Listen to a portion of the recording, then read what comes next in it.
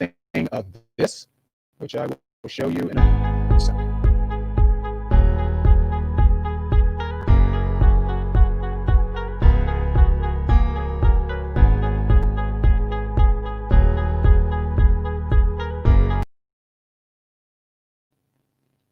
And that's the wrong one. How about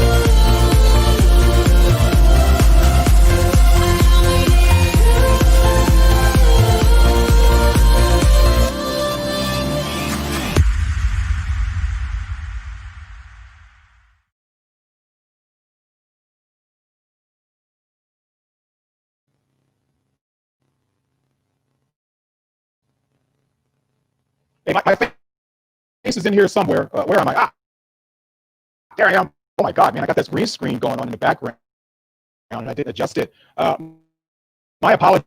Hey, good evening, ladies and gentlemen. My name is Marc B, and I will be your host for the evening as I try to adjust my green screen. Oh, I missed out on it. Thank you for joining me this evening. This was kind of a last thing I wanted to do the show. I just kind of reached out to my friends, and of course, not all of them, but a lot of them, and most of them here are my actually all of them here, being diplomatic, all of them here are my absolute favorites. Okay, so I got the blue screen going on here. I can turn it on and off or whatever if I look a little freaky to people. If you guys are joining into the chat room, you can go ahead and comment on the show as much as you possibly can. I'll try to put up the really, really interesting ones up on the screen. We may blow up the internet, just so you know. If we lose people, if you lose me, don't worry. We'll get back on somehow. A message for Jerome and Rose, who are my co-hosts for Saturday Morning Cartoons. We are broadcasting from 8 platforms tonight. Okay, we have access to 8 platforms. Some of them I don't even know what they're called. I just joined them. I don't know what this purple thing. What is this group anyway? Let me look at this. Oh, I'm on Twitch. That's it, Jerome. I'm on Twitch. We're on so many YouTube channels. But here's the bad news. I am actually also in Facebook jail, Jerome. Facebook jail. You know why? Because of last week's Saturday Morning Cartoon show. So I am being paroled at 6:30 a.m. tomorrow morning before our next criminally incorporated show on Saturday Morning Cartoons. But I've been in Facebook jail for a week for 2 of our channels, or 3 of our channels, I think. We're not broadcasting from the Nanny Boo Boo. Saturday Morning Cartoons is running good. All right, here's the deal. We are having a chat amongst friends. Why are we having what are we a chat amongst friends about? About our convention experience. It's about our multi-decade convention experience for many of us here, because I actually average approximately, it's not an average, that's stupid, but I've actually been doing conventions for 40 years. Okay, I had to do the math, and don't you guys even try, but for 40 years, I have been a part of convention. And something very, very tragic, oh my dear God, something very, very tragic has happened. They're saying my mic is going in and out. People that are in the lobby, I can see you but cannot hear you. If I'm sounding good, just put your thumbs up. If I'm sounding bad, put your thumb down. And I'll see how to fix this. Oh my God, there's too many thumbs down.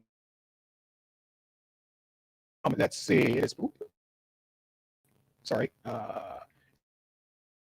Stand by. We're going to have technical difficulties. That's what happens when you are doing. Let me see if I can switch. Testing. That one's not good. Testing 1, 2. Oh, wait a minute. How do I sound? Testing 1, 2, 3. I see all the thumbs going up. Okay, I switched over. Cheryl says, I'm gravity. I'm gravelly. Oh, gravelly. Oh, well, I'm sorry, Cheryl, if you don't like the way I sound. Alex, I see you there. And wow, a lot of people are popping in. Joe's saying it's better. A lot of people are thumbs down when I ask for thumbs down. Tara saying I'm looking. Oh, Sage is very happy. Okay, had to switch over to another. So, all right, here's the thing. There have been a lot of convention experience that our panel of judges have here, our panel of speakers, shall I say. We have a lot of people who can't get on yet because the lobby is full. So bear in mind, as we listen to people and kick people out, we can bring more people on. Hopefully, I'll have a very special guest that will decide to pop in, quote unquote. He or she may be watching us as we speak. And the reason this special guest does not want to come on is because many of us have lost a very, very good friend today. And she was a very, very good friend of mine. I can call her a good friend of mine. And I usually call celebrities good friends when I know I've been around them numerous times and not just one convention experience, okay, but numerous times.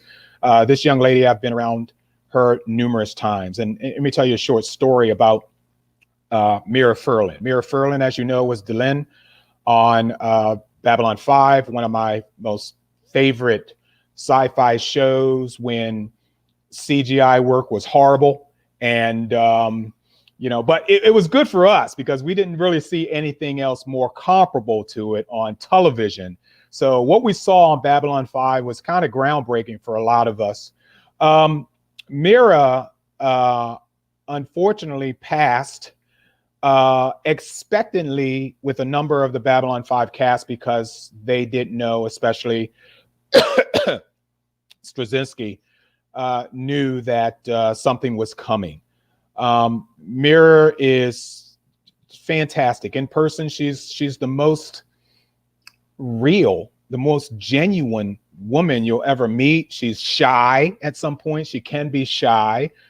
She's very cute. She has a cute laugh. She has a great smile. Mira, I brought to Germany one year and was fantastic. Actually, it was her first convention appearance, and it was immediately, I think, after Babylon had started. I am not sure about that or not. Mira was Croatian, okay? And at a time when Babylon was filming, Yugoslavia was in their civil war, heavy fighting, whole 9 yards. Her husband was Serbian, living in Orlando area and having an international cast of workers from countries all over the world. I came across people in gift shops and restaurants and whatever. Their name badges, especially Disney employees, will also show where they're from, as well as a number of cruises that I've been on. The name badges will show where they're from. When I see Serbia or Croatia, I immediately get their attention and say, hey, I have a friend you may know of. And I would mention Mira's name, and you would see their faces and their eyes bright up. And it's like, oh my God, you're lying, aren't you? You know Mira Furlan, blah, blah, blah, blah, blah. And of course, it's such a joy to see that they know who she was, because we did not know who Mira was prior to Babylon 5. And then of course, she went on to play Rizzo on Lost, which was a great role for her too. But she was an incredible convention guest, very, very approachable, very passionate, emotional about fans. She wasn't false there to make the money, anything like that. So that was Mira Furlan, and I miss her, and I love her, and I hope one of my guests, somebody's gonna have to be booted. Hopefully she'll message me first. Uh-oh, I'm getting a message here again. Sounding bad. Unplug that headset. Yes, sir. Testing, 1, 2, 3, testing. Am I sounding better? Thumbs up, thumbs down, anybody? Am I sounding better? I sound better. Hansi, Jerome, you guys are giving me thumbs up. Okay, perfect. Yeah, it must be the earphones. I don't know, whatever. So anyway, Mira Furlan is gone, and she died at the age of 65. The nature to her death is unknown at this time. I'm sure all the Babylon cast people know how, or rather know how she died, but I'm not going to press that point. It's irrelevant how she died. She's gone. So we will miss her. All right, let's get on with our show. Now, as you saw in the beginning, there was an opening video, not the Baby Yoda one, because I would never call him by his real name. That is Baby Yoda. Okay, so let it be written, so let it be done. A lot of you guys saw a lot of the video that you saw called Follow Me. And they were just basically photos from my favorite convention of all time. And of course, you can see here in the photos that I'm putting up that this is what we are missing throughout 2020. I can't remember the last. I'm going to ask all our panelists. I'm going to ask them exactly what was the last convention that they attended. And I think I was supposed to be in April, was supposed to be in the Greater Philadelphia Comic Con. I think that was April, but I thought I was supposed to be somewhere, somewhere else. I contracted COVID the end of January of last year when it didn't have a name. I was treating it as the flu, thought I had the flu, treating it as the flu, but I added a special few touches to my treatment, and that was basically garlic, constantly chewing on garlic, zinc, and hot soup, and I knocked it out in 3 or 4 days, and I went back to work. Okay. My coughing that you may hear from me occasionally is the damage that was left from COVID. There is damaged lungs. Remember, I didn't know what it was, and until we moved forward into the year, all these things started to make sense. And a lot of you who do not have COVID now and who did not have it prior to January or December may have had it and didn't know what to associate it with. So I'm going to go ahead and shut up, bring up a few of my cast members here. I'm going to try and put as many of them up on the screen. Might be a good idea to unmute them to hear them talk. I'm not sure you want to hear them talk, but we have no choice. There's a show going on, so we are forced to hear them talk. All of my good friends here. Can I get up there? Where's Lee? What the hell are you? Hold on, Lee. I gotta get to you here. Lee, is someone want to tell you, buddy? I don't know if you realize this, but you're in your own damn house, Lee. In your own damn, okay? All right. If you wanna look like an idiot, I will full screen your ass. Isn't that the carpet for the hotel too? Lee, I love that. Lee, That Oh my God, amazing. it is the carpet. It is carpet and mask, ladies and gentlemen. Oh, Carpet God. and mask. It's That's Bernie Lee. Sanders. Holy crap. Yes. Yeah, Bernie Sanders. That's Bernie how Bernie Sanders. Sanders. He just needs the Okay. mittens. So The good thing about Lee is we can't see his mouth move. Okay, so we'll take do I care of have that. everybody so far? Let me see here. 1, 2, 3, 4, 5, 6, 7, 8, 9, 10. 1, 2, 3, 4, 5, 6, 7, 8, 9, 10. I think there's more people at the bottom. Brad, I got you. John, I got you. Rose, you're here. Joe, where are you, Joe? I guess I didn't bring you up yet, Joe. Stand by. Let's see if I can squeeze you in there. Nope, 10 people is the limit. We'll switch you out, Joe. Stand by. I got a lot to, and so do me a favor, the people that are in the lobby, just go ahead and listen to the question, because I'm going to drop somebody and bring you up just so you can answer it. And of course, we do have our chat room here where everybody can come. Who the hell has a nice haircut? Oh, yes.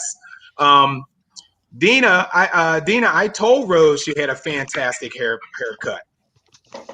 Oh, Rose. I told her she has a. Yeah, who's muted? I think Rose. Oh, yes, she is. She did Yes, saying. stand by. I need to Thank you, unmute Dina. Jennifer. Go ahead, My say that last again, Rose. haircut Sorry, I was spoke over you. I just want to say thank you, Dina. Okay, Dina. All right. So anyway, we have a lot of people that are watching tonight. That's a good sign. The problem is with all of the comments that are coming up on the screen, I cannot put them all up.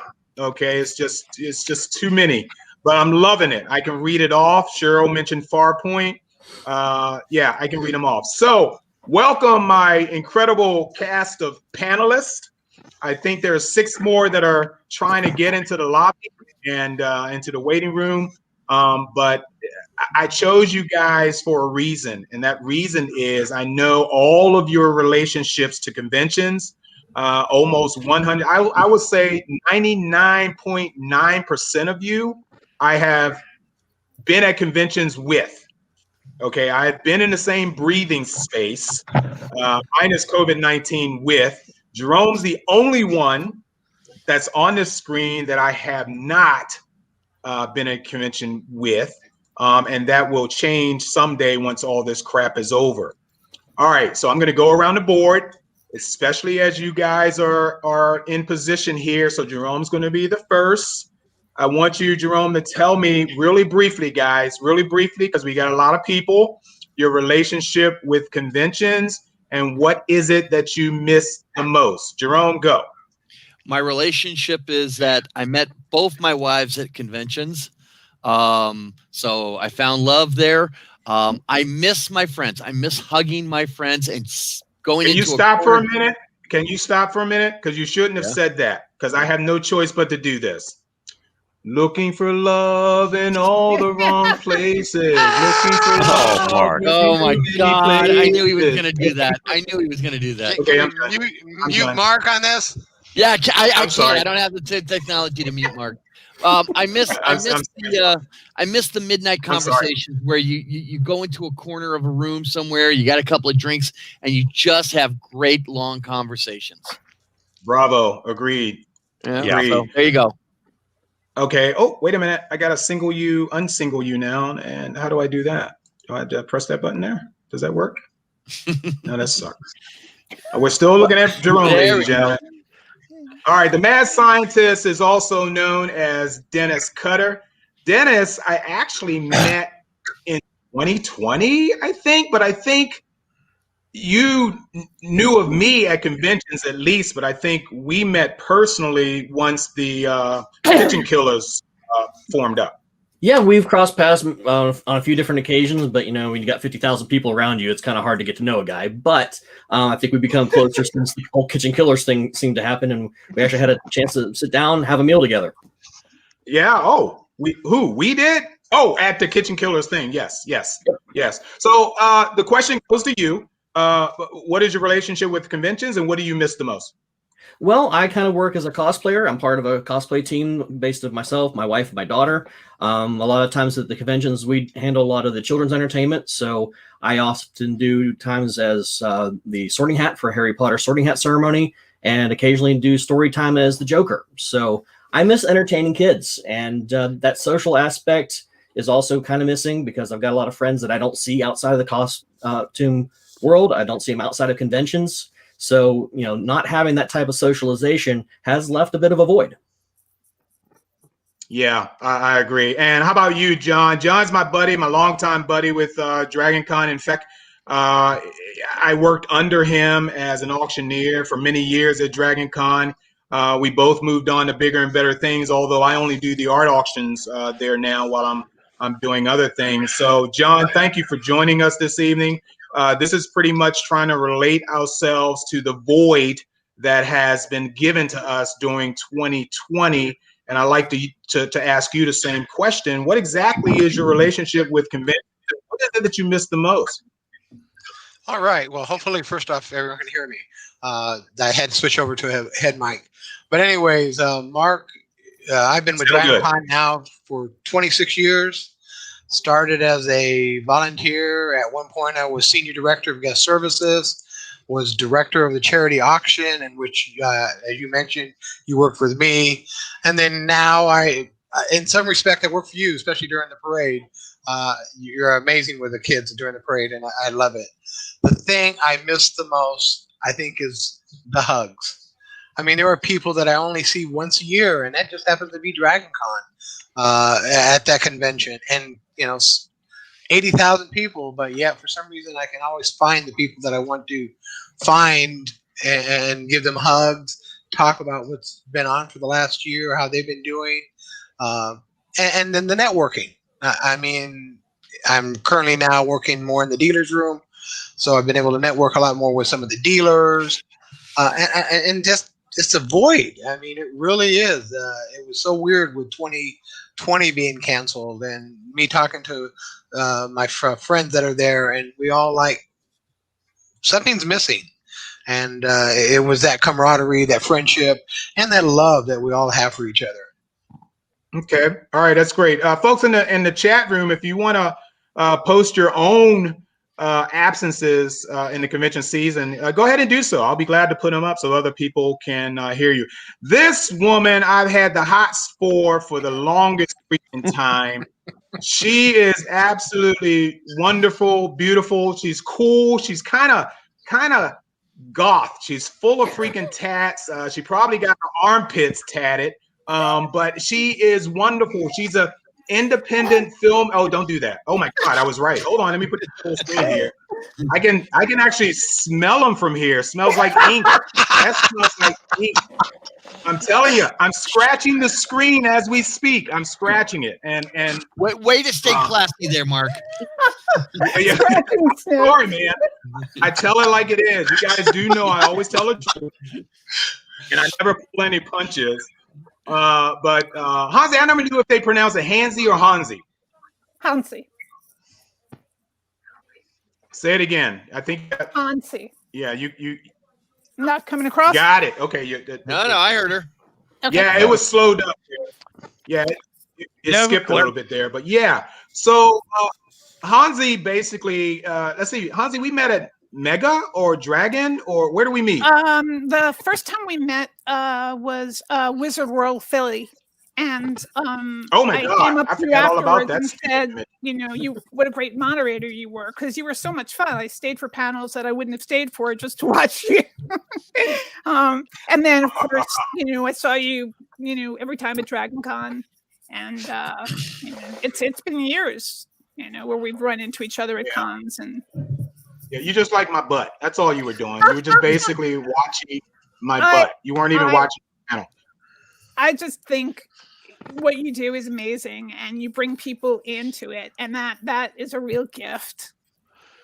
Well, this is not about me. It's about you and what you missed, your experiences with conventions, because you've actually done some moderating yourself, which I'm so proud of you for what you're doing right now. But so that's a relationship. So also in the question, what do you miss? Well, so because I'm a documentarian and my topic is studying pop culture and fandom, basically that's my whole life is, talking to people at cons and videotaping them and then making videos. The last year I had been working on a documentary about the writer Joe Bar Lansdale, and we had, screenings planned, and of course they were all canceled. I just I miss the interaction, and I miss being able to screen my work with a live audience, because you can't really tell what your work looks like until you do it, with real people in the room, and you can read the room. So it's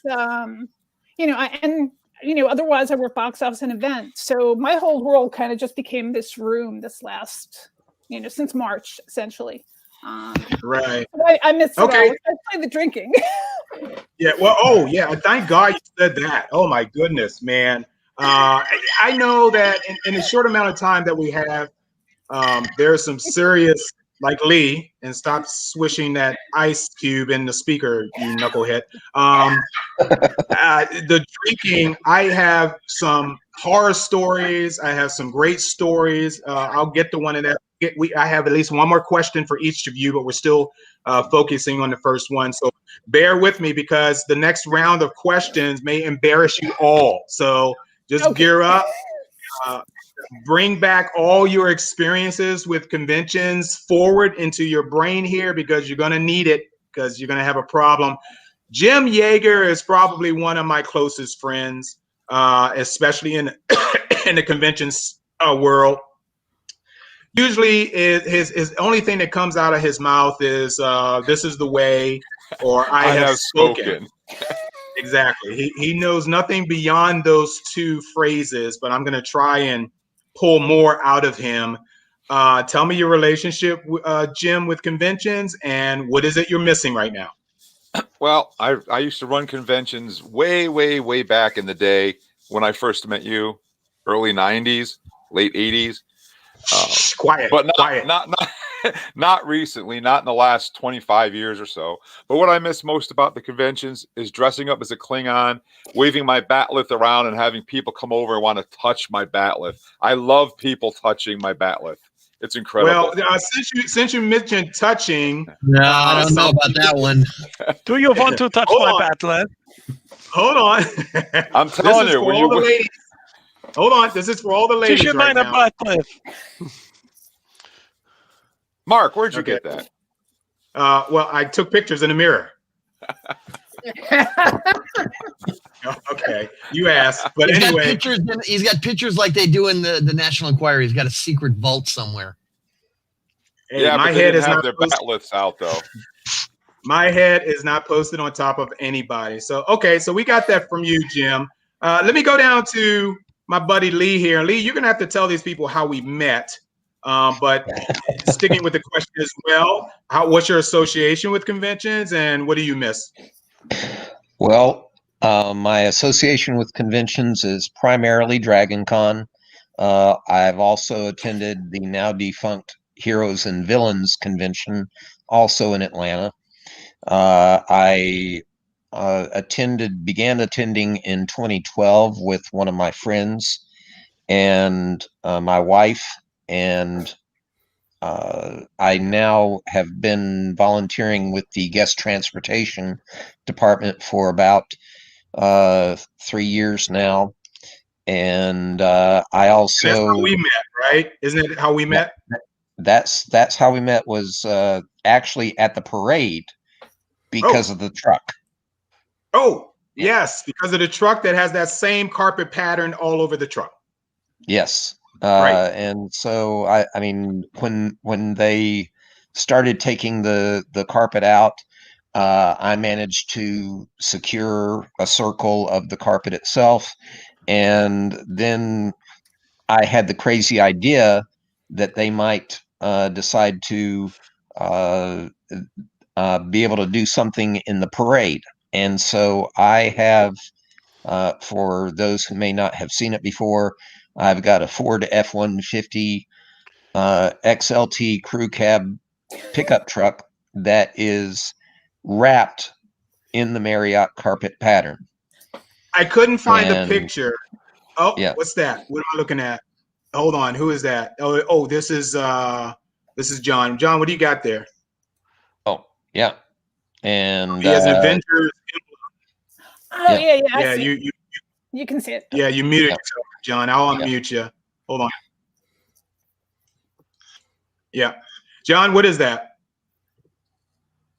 You got to. Oh, you A couple years ago, somebody did Avenge the Carpet patches with the Avengers logo there. And Yeah. so I put the carpet, put the patch in there, put it in the shadow box, and it hangs on a wall here in my room. And it's amazing how that carpet just went, viral. Like, And- and it's all in disgust, because not in disgust of the carpet, but the fact that the Marriott removed that carpet, which was there for years, and then all of a sudden we come back one year and it's gone, and the people went up in an uproar. And next thing you know, it's all over the internet. Much like Bernie Sanders, that's how that carpet kind of went. Good comparison. Good comparison. I love that It was picture of unbelievable. Bernie looking at your butt there, Mark. I saw Yeah, that right. meme.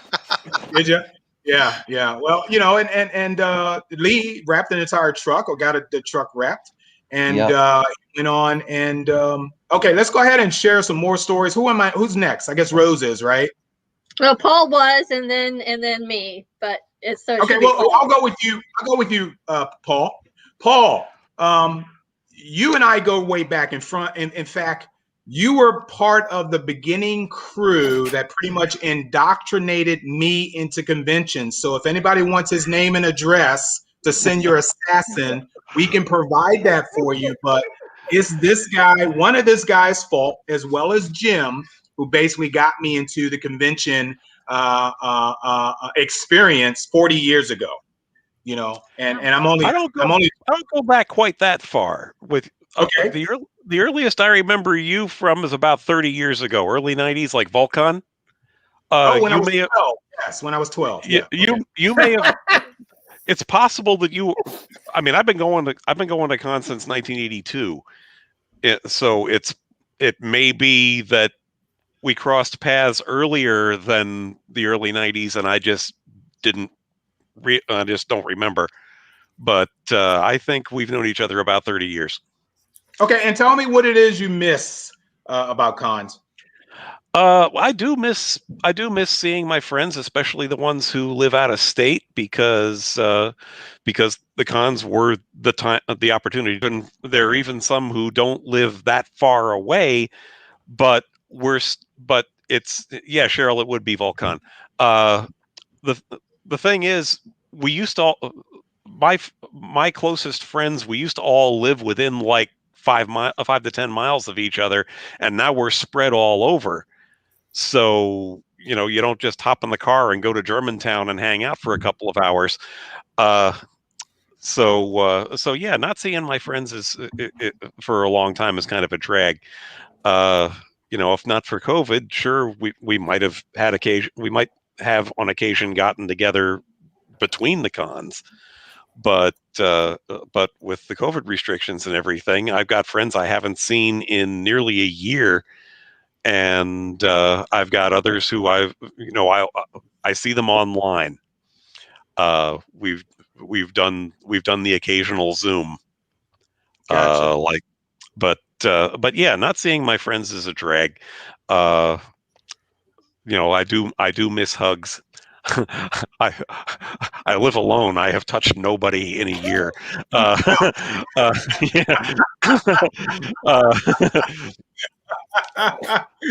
Yeah. So you were going to go with that comment. Yeah, you know what? Yeah, like I said, some would consider that a good thing because I know who you are, Paul. So you better stay in your house. All right. So let me go ahead and move on to Rose. Like I said, I have a few more people I need to get up on the screen as I drop a few of you.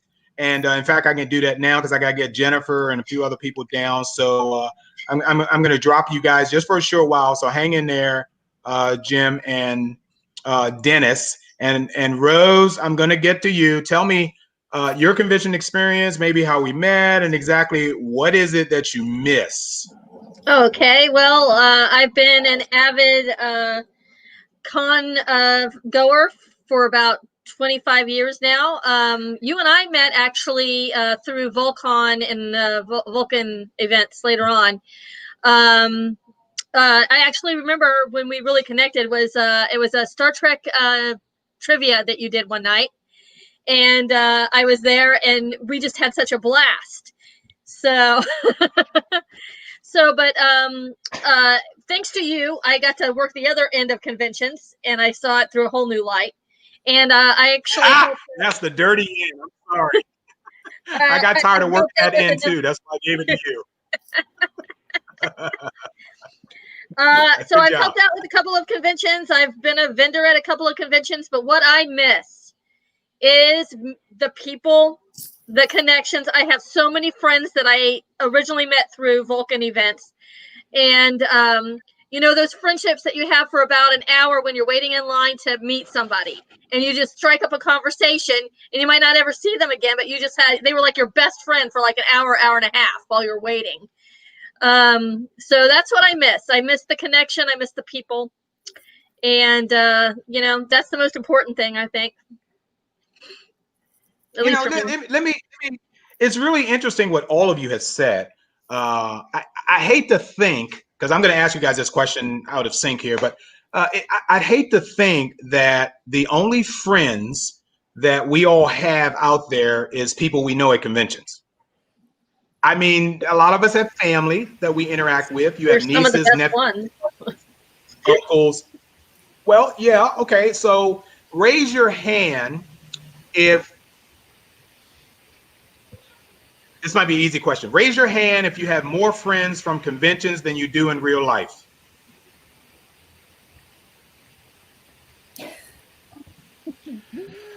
Yeah, I'm hearing somebody's water sink going off. Raise your hand so I can mute you if that's you. Put your hand down. I hear. What is that? It's somebody's taking a shower next in the bathroom. Okay, so it's not Joe. So why don't you so drop me? Why don't you drop me for right now? Because that's my water. Oh, you were serious. Oh, I thought you were. I No, thought you were pointing at somebody else. I You thought were Nope. Bobby actually was in that shower or something like that. It's all a dream. I don't know. No, It's really me. weird. It was really being. drop me. Drop me. And she's Whoa. gone. That's not her. Damn. That's not her. That's weird. Oh well. I'm sure you guys will get it. So I'm gonna bring her back up anyway, but because since she was the last one who responded. So again, because I wasn't watching everybody, how many people have more friends from conventions than you do in real life? That's interesting. Yeah, Brad, not you, huh? You have more friends in real life, Brad, than you do at cons? Brad, can you hear me? You have a very slow connection, Brad. I can tell. That's why you're not coming through very well. I think you have a slow connection. Can you hear me, Brad? Wait till you. Oh, he's gone. He'll come back in. But yeah, so it's interesting what Sage said too. Excuse me. Let me put up this response from Sage. Where is she? Convention friends are real friends. And that's fine. I agree. Thank you, Sage. Yeah. Sage And let advice, me again. So Gary's basically saying when we meet someone at work, we're there because we have to be for work. When we meet someone at school or somewhere else, we have to be. Our greatest connection is that we both have to be somewhere. Or Garrett, I'm gonna truncate the hell out of you someday. Have to be somewhere. Oh, my thing just fell down. Well, anyway, so we basically get the point. But he's right. Sometimes you don't make friends out of coworkers. They're coworkers. They're already established as coworkers. All right. Let's see. Brad is back up. I got a frog in my throat. Hello, my baby. Hello, my darling. Oh, sorry. This came out. Coworkers, Brad, look up. come Brad. and go. Good boy. Can you hear us now, Brad? Yeah, that's a very. Are you on your phone, Brad? Can you hear me, Yeah, Mark? I can hear you. Coworkers move in and out of your life. Yes, True. Hold on, I need to get to Brad. Yeah, I That's can a hear good you. Brad, I'm sorry, my and internet's you're not doing too right. Hold on, Paul. I'm Yeah. gonna mute you for a sec because Sure. I know you. Brad, you're on a slow internet connection, I think. Yes, he is. Wow, he's in Alpha Centauri. My message will hit him on Tuesday. Okay, Brad, you got a slow connection, dude. We're not doing too well. You hear me, Mark? Barely. Yeah, I think so. Sorry.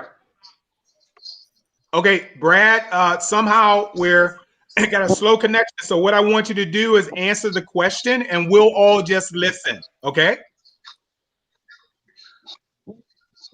1001, 1002. Sorry about that. There it is. I put some tinfoil on my phone.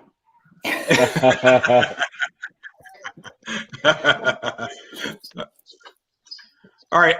So like I said, Brad, just answer the question and we will Got listen. That means now. I think he's on the What's the 7-second delay. Or does he even know what the question is? There's a delay in my studio. Seriously? Really? We hadn't noticed. Okay, Brad. What's the question? Okay. What is it that you miss mostly about What's the question? Okay, I think Brad's in West Virginia. I'm not sure, but you know, it's Brad, we tried. What I'm gonna do is put you down into the lobby, and then I want you to type in the chat room or in the private chat. What is it you miss about conventions? In fact, I'm gonna type it right now. What is it you miss about cons? And hopefully he will. Oh, he completely left. Okay. Hi, Jennifer. How are you? Hold on. I'm fine. How are you? I am. I have 400 MBS speed in my internet. How about you? I think we're on. Yeah, we've got 400 megabytes per second. Yeah, 400. I was just okay. muted. All right. Yeah, I was just muted. I had a difficulty with my mute button. Gotcha. Well, tell me your experiences with cons and what is it that you miss, dear? Well, you started with a relationship with cons, and it started with me because I've always been, and I know you'll find this so surprising, socially awkward and overly scientific, so nobody wanted to talk to me. And That's so, true. I've been trying to get away. I've been trying to get away from you for years. I know that. It ain't so, Jennifer. Please. I know, shocker, isn't it? I mean, it's just unbelievable and completely out of character. But when I got to my first convention, I was like a senior in high school, and it was the first time I didn't have to explain who I was or explain what I wanted to be or explain why I was there. And it was just such an amazing feeling to not have to explain myself, to not have to feel like I was being judged by everybody around me, that I was just being accepted by them. And I fell in love with cons because of that. And then when in 2013, 2014, somewhere along in there, I found Dragon Con. No, it was even earlier than that, probably 2009, 2010, somewhere in that area. I found Dragon Con. And Dragon Con is like the ultimate acceptance of any convention out there. And it's now really the only one that I do on a regular basis. I'll go to other cons, but Dragon Con is like, it's home for me. And not being able to go home this year was completely devastating. It was I was almost inconsolable for like the 3 weeks leading up to it, the 5 days of it, even with Dragon Con Goes Virtual. And then when Dragon Con Goes Virtual went away, I probably cried for 2 days because it's just, that's how much it means to me. So there. Oh, I'm sorry. I was reading one of, let me get this picture off your face here, and I'm going to go ahead and put up one of Garrett. Garrett is an incredible interviewer, an incredible broadcaster, but you know, sometimes we need to get that microphone away from him because he has a lot to say, okay, in all honesty, and he has a lot of very interesting things to say.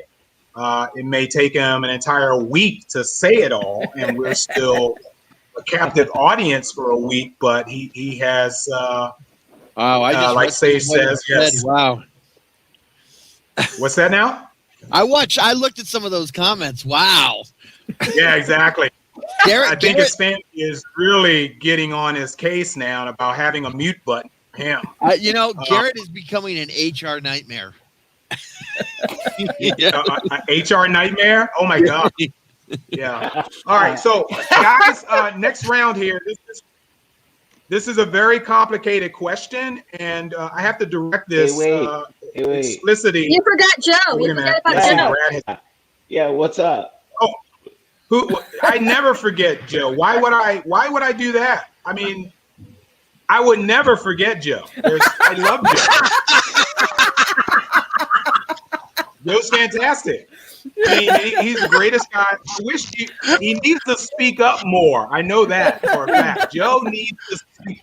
He needs to put himself in the forefront. He shouldn't be shy and tell people exactly what it is he wants to say. Oh my God. Hi, Joe. Yes. Hi. Hey. He's such a shy, retiring type. Yes, I really am. I'm basically, enclosed in like a little cocoon, and I don't like to talk very much at all. So. No, you're a big teddy. You're a big teddy bear. I'm in love with your girlfriend. Please don't hit me. And I'm just happy that you're here, Joe. You really are. I'm really happy you're here. Well, tell us my answers. Yes. The answer is the question. Okay, so what do cons Go for mean it. to me? All right. Well, I remember my very first convention. I was probably like 8 years old. I was living in the Central Florida area. My dad took me to a convention. I don't know the name of it. I do know that we used to go to Enterprise 1701, down off Orange Blossom Trail Oh my when I God, was a yes. kid. Okay. Yeah. And my dad Heard was of it. friends with the owner, and he had a huge booth there. So it was a big Star Trek and comic convention. But then as I grew older, my first real convention, as I was a kind of older teen or early 20s, was Dragon Con. I was at Dragon Con 92, and then I went back once or twice else in the 90s.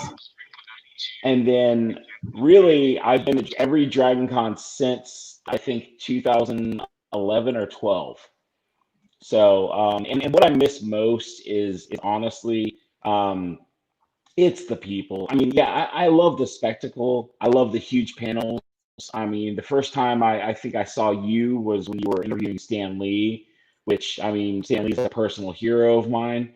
But it really is the people. I have people that like John had mentioned, and a couple other people mentioned that I only see at Dragon Con every year.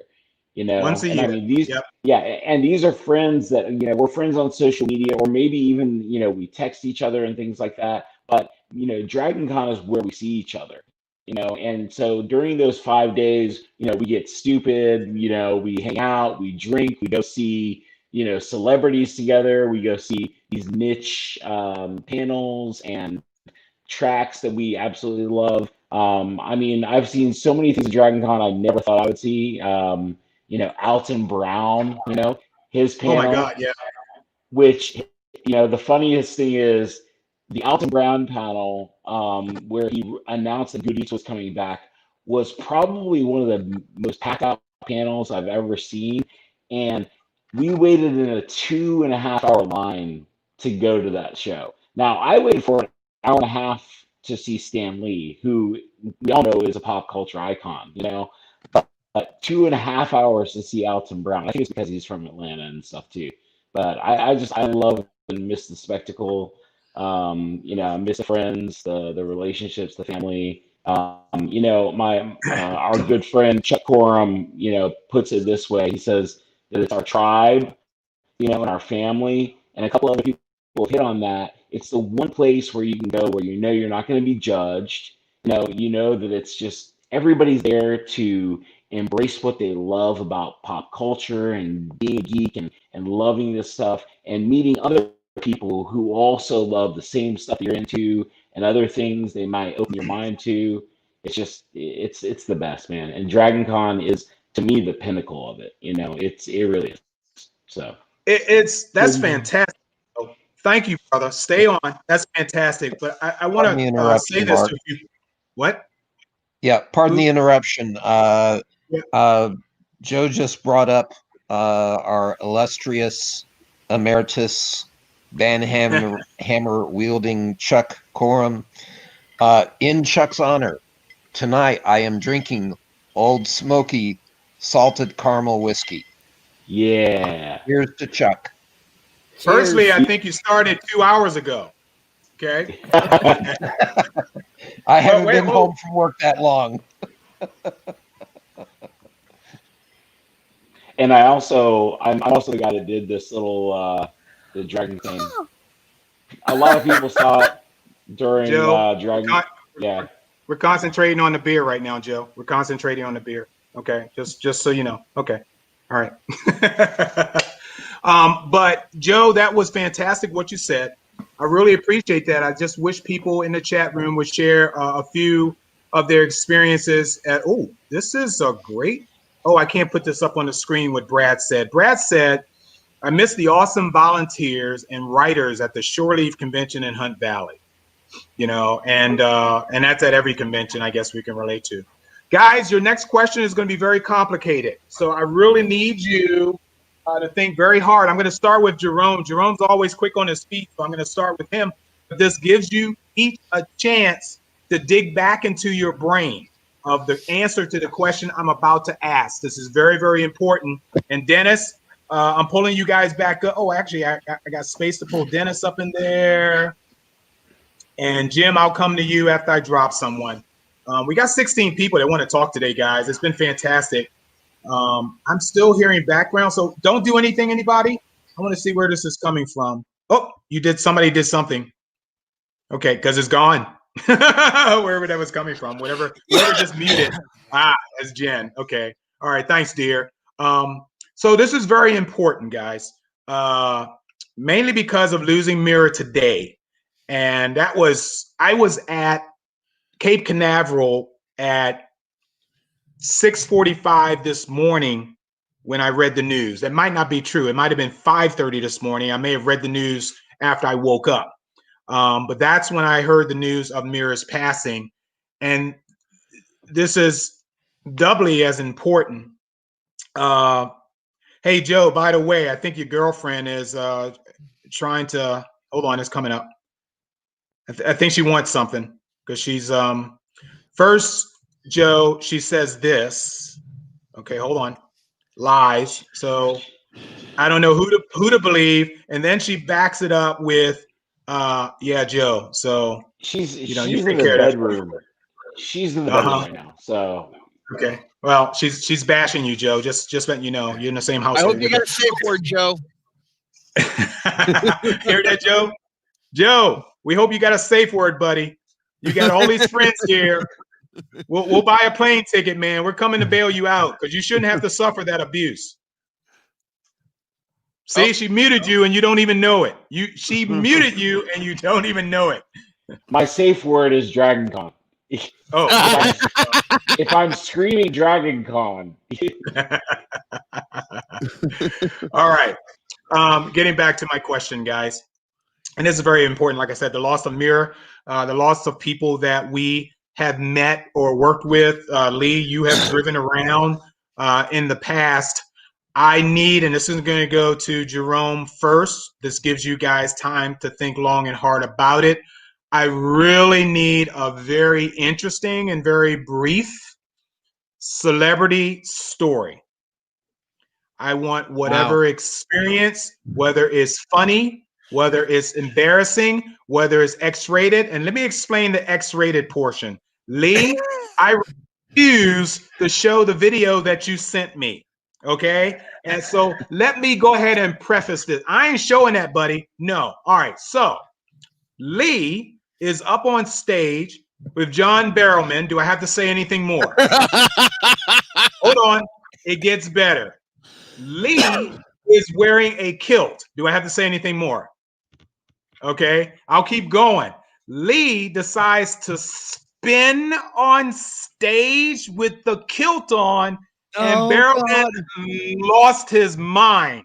Oh no! Obviously, he must. Lee, you are my hero.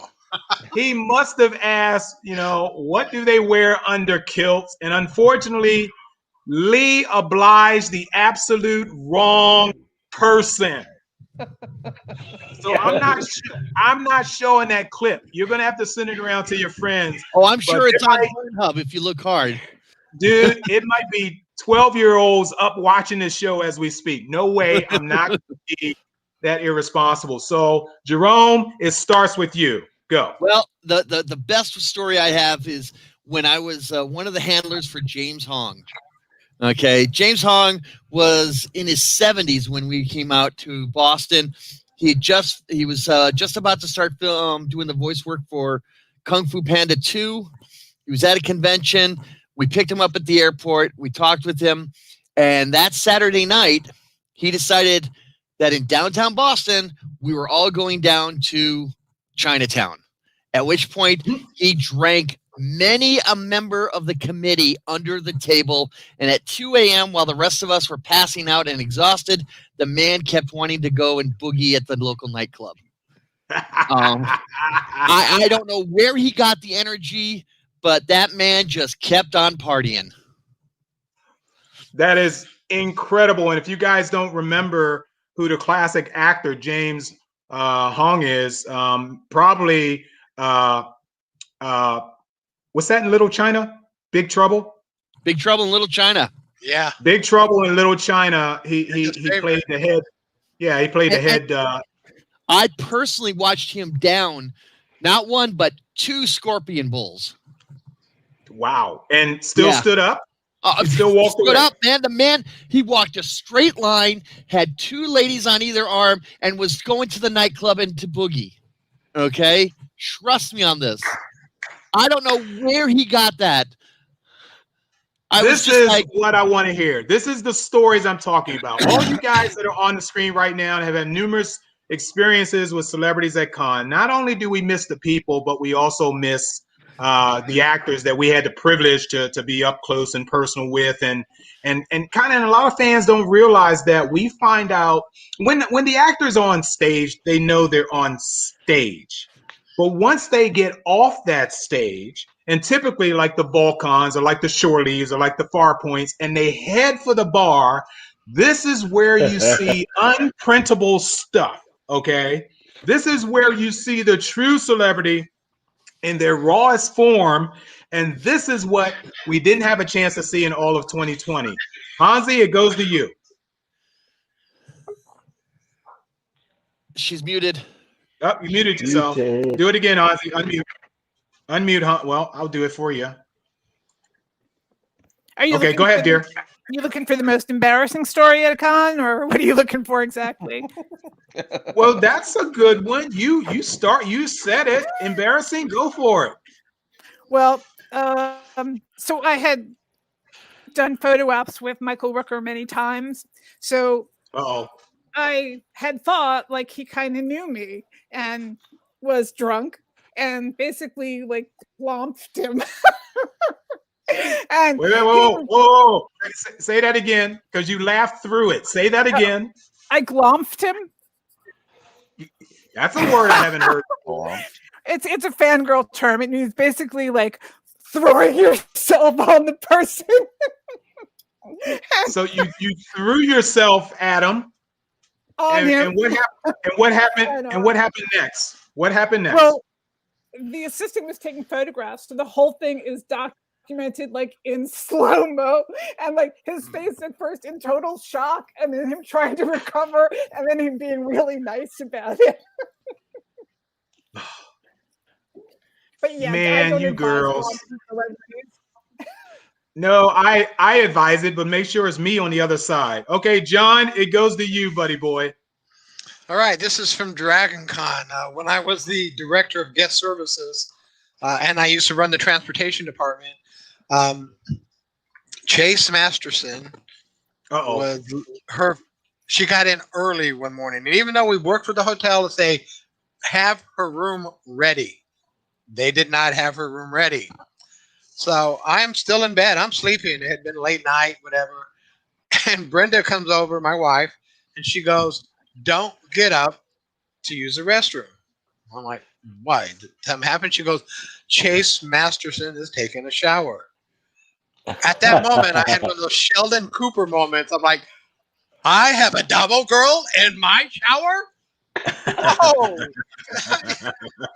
And, so to me, that was probably one of the highlights, of that, to be able to tell the people, oh, yeah, I woke up one day and there was a double girl in my shower. Wait, whoa. That's it? Are you out of your mind? Remember, Brenda was in the same room, so I don't care if I don't care either, man.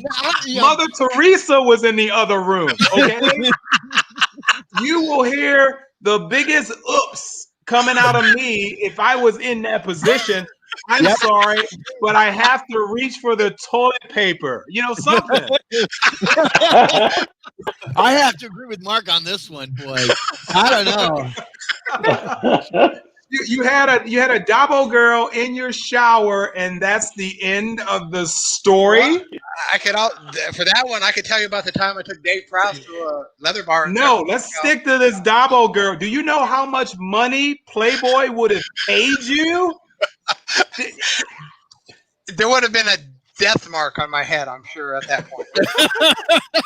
You can take a Dabo girl. Come on, it's Chase. Oh, The worst he would have done to you is sing. No, I'm just kidding. Oh no! No, but that's terrible. When she got upset because they also lost her luggage, Oh, we had to take her down to Macy's when Macy's was still in downtown Atlanta. The Right. person who took her to Macy's came to me and goes, "John, I've heard sailors that are not as bad as she was in regards to her." And she was upset, visibly upset. Her luggage was gone. All her photos were in the luggage, so I can understand. But this crew member of mine came back and goes, "I grew up in the Navy. I had never heard such language, about how she was just upset." And I'm like, "Yeah, well, put in your situation. No, your hotel room isn't ready. The flight was delayed. Your luggage, who knows? I think it ended up like later on that evening before it even showed up. So she was visibly upset. But again, it's still, if we all ever had to write a book, some of the stories we could put into it, we definitely have to make sure yeah. If I at one point wanted to write a book, everyone I wrote about have to be dead. Yeah, exactly. I mean, I have they would have to be dead. I have All other right, stories Lee. as well. So All right, Lee, you're next up. So go ahead and tell us. You've had a lot of experience with driving celebrities around and being around them and showing your bare ass to John Barrowman. So why don't you tell us the next embarrassing story? Okay. As you said, I've driven around quite a few celebrities. I think one of the things that I like the most about it is occasionally being privy to some of their private conversations. And obviously, I'm not sharing any of that information, but being able to overhear that. But as far as I've got to share two stories. The first one was my very first Dragon Con in 2012 had part of the cast of Firefly there. Had Jewel State, Sean Mayer, and Adam Baldwin. And apparently Jewel had some issues with her luggage. And it just so happened that when they opened it up for questions, I was second in line. And in my backpack, I happened to have a bottle of Firefly bourbon. And as soon as I pulled it out of my bag and held it up, Adam Baldwin is waving for me. Bring it to me, bring it to me, bring it to me. And Sean Mayer actually took a picture of Jewel holding the bottle of Firefly bourbon and posted it to Twitter. So that one's out there. The second thing actually goes back to Michael Rooker. I had the fortune to drive Michael, and the process with guest transportation is that once you have your guests on board and you're heading to the next destination, you radio. And it's typically Van 11 departing Weston with package for Baker Street. And 3 rows behind me, Michael Rooker shouts out at the top of his lungs, "And what a package it is." That sounds like Rook. You guys are being very, very polite in this storytelling situation. Other than John there, who's now planted this image of a naked Dabo girl in the shower, and but we're gonna go ahead and move around the horn here. I think Brad's back on. I don't know if we can get. I'm gonna have to. Oh, hey! I saw Jennifer there on the couch.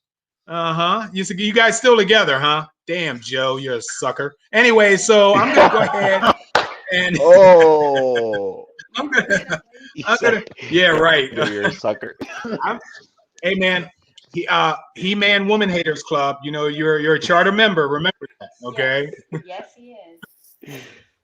All right, let's go ahead and talk to my boy Dennis here, mad scientist, and I'm sure he may have a story or two that he can share. I don't know where Tara is, but it'd be great to see her lovely face as well next to you. If she's in the feed. She's in the feed. Okay. Yes, I know. We saw some comments from us, but go ahead and tell us an embarrassing, interesting, funny situation you may have come across at a convention with a celebrity. Okay, well, since we mentioned the wife, I'm going to kind of tell on her a little bit. We went to Wizard World in New Orleans a couple years ago and managed to score an Avengers photo shoot. So we had Captain America, we had Hawkeye, and we had Falcon. All three of them. We got to take pictures with all three of these guys. Huge deal. And we're getting posed together for the shot. And me and Renner, we get kicked off to the side, you know, as you do with Hawkeye. I'm just kind of like, oh, so Mr. Renner, you enjoying the convention? And meanwhile, Tara is wedging herself in between Anthony Mackie and Chris Evans. Okay, Wow. so I'm not a jealous guy, you know. Yes, you I are. know my pecking order, but she's right in between Falcon and Captain America. And Okay. she even tells Mackie on your left, so she can kind of get in between the two. And if you look at the Okay. photo, the hands are a little bit down low. You can't really see what's going on there. And Oh, yes, you can. You can figure it out. I can't prove that she touched America's ass, but I'm pretty sure she touched America's ass. That's America's ass. Oh my God. That needs to Good. be a I button love that that you girl. need to give to her that says, I touched But America's I ass. agree. You got to get a button for that. And she was just That beaming, should be a beaming the bumper rest of the sticker on weekend. a t-shirt. No, you know what? I got a great idea. If She's a she big touched, t-shirt. if she got a t-shirt, Dennis, okay, Tara, hopefully you're picking this up. If she got a t-shirt and across Well, I'm so here, screwed later for telling on her, but oh well. hold on, I'm not done. Hold on. And she put across the top here, I touched America's ass. Now watch my fingers. Watch my fingers. And then right here, she draws a butt. Okay. Right there. That I could deal with that. Okay. But that's fantastic. She touched America's ass. Oh my God. Yep. Guys, welcome Gary Palmager up here at the top. He is the host of HWWS. He was the one who was getting bashed by his, I'm going to call them roommates, about taking the mic away from him. As you can see, he has no mic in his hand. So I think we're safe for a while. Oh, wait a minute. This is for you, Dennis. Got a message coming in, Dennis. Okay. The way I see it is that little ass Brad on The Simpsons when she's saying, ha ha, you know, so this is what I say. So, Garrett, welcome to the broadcast. We'll get to you in a sec. We're going to go to Joe. And whoops, I can't get Tara's comment off the screen now. Wait a minute. It was Joe, off. we're going to go to you. Oh, There, it's, All it's right. off there's now. a- It's gone now. Oh, good. Okay. Joe, you know, you've been around them too, you know, and Yeah. I'm happy to have people up here on the screen who can tell these stories because I'm sure there's more of them. We just don't have time. But Yeah, Joe, it's so- your turn, buddy. What you got? So can I do two quick ones? Yes, you can. Okay. My first one is kind of like one of those, like you realize that celebrities are just people too. And this is probably Yes. my earliest like interaction with a big celebrity. So this was 92, and I went to Dragon Con just specifically to meet Todd McFarlane, right? Ooh, yeah. I'm a, Hey, I'm a ass huge grabber. Okay, done. There she is, the ass grabber. You touched me Ass grabber. Ass But, grabber. How dare she? Go ahead, Joe. So my main motivation of going to Dragon Con 92 was to meet Todd McFarlane. You know, I was a huge fan of his work, loved him on Spider-Man, loved him on Spawn. By this point, Spawn 3 had come out. And I was originally cool. supposed to go there with one of my closest friends, but he had gotten into a car accident just shortly before Dragon Con, so he couldn't go. So I brought with me several issues of Spawn 1, 2, and 3 to get signed. And then I also brought, because I'm an artist, I brought some of my own personal artwork. So I you know, he does his little, you know, kind of panel, and panels were very different in 92. We're talking about, you know, the places where they do the small fan tracks now, that's where the panels were. There was 50 people max in that room listening to Todd McFarlane talk. So he goes through and talks about Spawn, his artistic process and everything, signs everybody's work and everything. And then he has a few minutes afterward, and he kind of like looks over my artwork. And Todd McFarlane looks at my artwork. I'm 17 years old at this point, so very tuned into him, you know, to what he has to say. And he looks at my work and he's like, "You can draw, okay, but you got no style, kid." And I was like, "What?" Ooh. Really rough. But here's the cool thing: I like it blitzed me out of my mind, so I didn't think about getting something signed for my friend Larry, who had gotten into the car accident. So I'm walking down the aisle afterwards, and this dude walks up to me, and he looks at me, and he's got an official Dragon Con badge on, and he's like, "You okay, guy?" And I was like, "Yeah, man, I'm all right." He's like, "What's wrong?" I was like, and he was tuned in, and I was like, "Man," I said, "I just went to a panel with Todd McFarlane, and you know, I showed him my artwork, and I told him what happened, and then I was like, but you know, it kind of got me out of my mind, and I forgot to get my friend's thing signed." He was like, and I told him, you know, my friend was in a car accident, and he was like, "Well, do you think he'd appreciate something from the real Spawn?"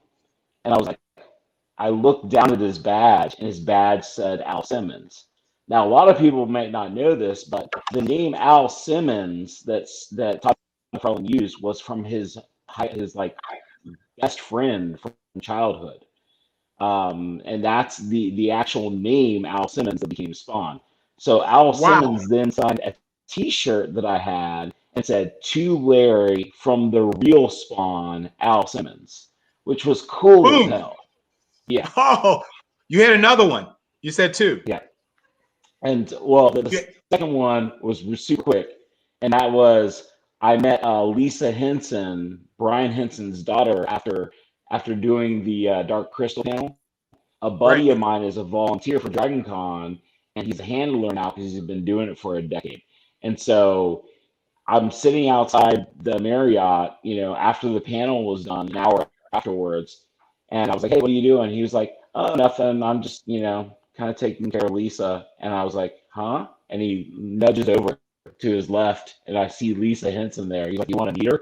I was like, yeah. I mean, I'm a Jim Henson fan from back in the day. Love Farscape, love Muppet Show, everything."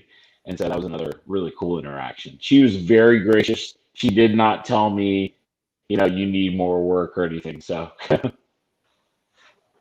Wow. Awesome. I love him. I love him. I love him. Let's go ahead and go up to Garrett and talk to you. Garrett is an incredible interviewer. He has his own, I hate to call them podcasts. I don't like that term podcast, but they're more, we do webcast shows where you can see us, not just hear us. And he is the, how can I call this? The sister company, the mother company of my Saturday morning cartoon show and some of the other stuff that I handle. So Garrett, you got a story to share with us? I probably have a ton that I won't share or can't share or shouldn't share. But you know, actually, I think back. I actually think to some of my like early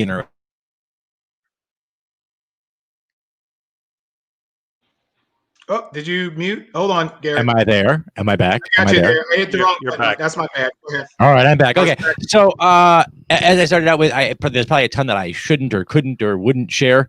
But really, I think back to early interactions, and as Mark knows, and several of you here, when I'm at a convention, I pride myself on the fact that I am a super fan, but I try not to be too much of a fan, particularly on set. I try to be as professional as I can. So it's very, very seldom that I get starstruck. But early on, I think it's very apropos because Mark started this segment by saying, you know, in light of Mira, and I'm a huge Babylon 5 fan, a huge fan of Mira's work, and she will be very, very missed. But it's actually a Babylon 5 story. I was at an early convention where we were doing the show. I had been interviewing people all morning long. Nobody starstruck me. It was great. It was wonderful to see everybody. But there was a celebrity there that I said to the girls, you know, later on when we get time, when there's time after all the floor is cleared and everything, I'd love to just sit and chat with Claudia Christian. who I had been a big fan of since I was like a teenager. I'd seen her on everything from Murder, She Wrote to, guest spots that she'd done in other places. And then when she was doing Babylon 5, I was in my early 20s and I was absolutely smitten. And so I said, but I'd love to sit down with her afterwards. And of course, with a little time to prepare myself and be professional. And Cosplay Michael, who most of you are familiar with, that travels with us everywhere, has we call it a con watcher, because if you say babysitter to Cosplay Michael, he'll smack you really hard. So we call him a con watcher. And so his con watcher was a dear friend of ours, and she came running up to me with a panicked look on her face. She said, "Dad, the moms want you right now." And I was like, okay, like right now, you have to go right now. So I handed off Michael and I ran over to the girl. I'm sweating, and it's as all of you know, there's 80,000 people on the convention floor, and so you're bumping into people. And I get over there and I'm like, guys, what do you want that was so urgent? It was like urgent that you do this. We have an interview for you to do right now. And I'm like, really? Like you chased me across the parking lot for an interview? Oh, okay, whatever. Give me a mic. Get the camera going. All right, ready. And who am I interviewing? And I look over and it's Claudia, and the girls are laughing their asses off while I sit there and try to find the word. You guys have heard the intro, especially those who are part of the HWWS Web TV family here. You've heard the intro to my show 1,000 times. I've got it memorized so that it comes out so fast I sound like a Jersey car salesman. And I can't remember it. I'm literally just staring at Claudia. Keep going. I don't know my lines. I don't know what questions to ask. I know everything. I'm a huge fanboy. Anyway, I know everything I can possibly know about this woman without actually stalking her. And yet I have no idea what to ask her, because I had no expectation that that's what I was going to do. And so I just stood there. The interview itself comes out to be about 5.5 minutes, because by the time I actually was able to speak, you fanboyed out. I did. I completely, and I pride myself on like never doing that. But that one, they surprised me, and it just took me back, and I literally stood there, and that's all I could say. And it was so it was a very short interview, but it was a very fun experience, because it doesn't happen very often. I don't get starstruck or fanboyed, but I do when it's just complete and utter surprise. And all the girls would do is just sit there and laugh incessantly. And with Claudia, like she was laughing her ass off too. She's like, "What is going on here? I thought there was an interview." And the girls are just laughing. They all planned it. All right, Rose. Yeah, cool. That's a great story. Rose, it goes to you. We got a few minutes to do. So go ahead. Tell me what your fan experience is, Rose. Anything you got embarrassing or interesting? Rose, you there? You muted her. She's muted. She is muted. Okay, I have two quick stories for you. Okay. Right, the first one is we were on the way to a convention in Tampa, and we were running late, and I was when traffic's bad, and I have the kids in the car, and we had to park all the way on the top level of this roof to the hotel, and we ended up, instead of taking of course everybody's like trying to get on the elevator, so my husband's like, well, we'll just go down the stairs. So here, we're like going all the way down like 5 or 6 flights of stairs, and it's hot, and we're all, but we're like out of breath, and we're like panicking, because we're just like, we're just trying to get to the convention, and we wanted to get to our hotel room first, and we see like the elevator doors being held open for us to get to the room, and we're all running inside, and I'm like, oh, thank you, and I look over, and it's Sally Kellerman was holding the elevator for us. Yes. I'm just like, oh my gosh, I'm like, Kellerman, So it just shows you that people are just, so sweet. She was just such a wonderful lady. And the other story is my one super fangirl story, because I usually am very cool. I don't like cry or freak out. But I was at MegaCon, and when I finally got up to meet David Prowse for the first time, I broke into tears because Star Wars was my childhood. It was, you know, my life, and you know, a lot of it's part because of him. I love Darth Vader, and I started crying, and it was unexpected. I just burst into tears, and he's like, "Oh, don't worry, I make a lot of people cry." and he was just so kind, and we had this great conversation about how much he meant to me and everything, and it was just like this really magical experience with him.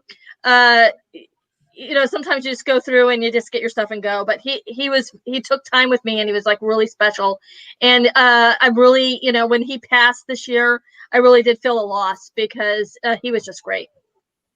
Yeah, that's fantabulous, folks. Before we move on, we as every program goes, we have to take just a short break just to show you guys something, just kind of not people get, you know, too deaf in the ears, I guess, from all the stories.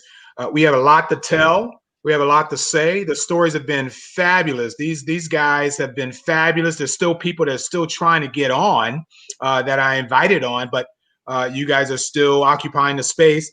I see Brad is somewhere. You know what? Let me see. Let's check this out, guys, for a minute. Help me with Brad. Okay. Brad, can you understand the words that are coming from my mouth? I hope he says yes, because that was painful to watch. Brad? Okay. And Are you in Kentucky? Okay. And now the Saturday Night Live sketch for those who remember the weekend. Can you hear me, update. Mark? Those who are hard to hearing. Brad. Yeah, I can hear you, Brad, but you sent that message 2 weeks ago.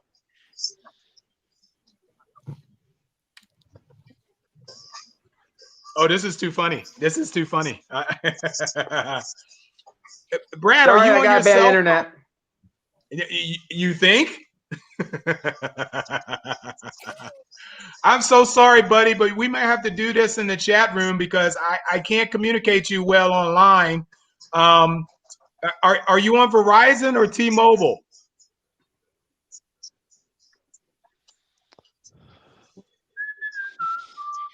The answer to that was a guy named Phil has a pickup truck out front with a antenna. And a lot of tin foil. And a lot of tin foil. Guys, watch this for a minute.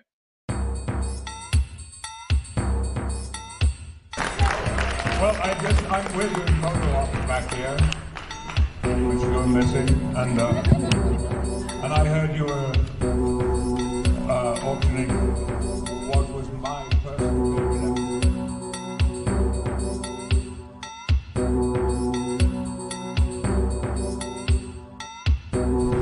And it also was special to me because it included my son, playing my son in the show. So I just thought if I came out and maybe added my something to it. Both Patrick Stewart's DNA is now on a copy of the script. If you have any mad scientists at home, I suggest you start off with an opening bid of $100. Anybody? Whoa, hold on. Here we go. This is how I do it. You just signed it. Keep your hands up.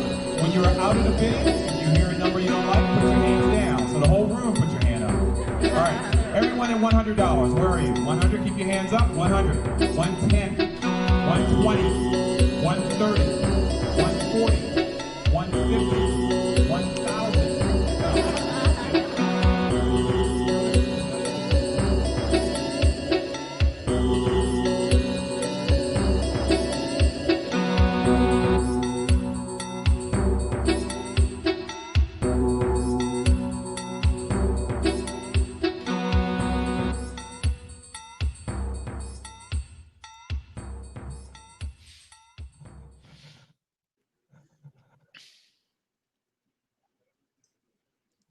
Mark is muted. That's what I love.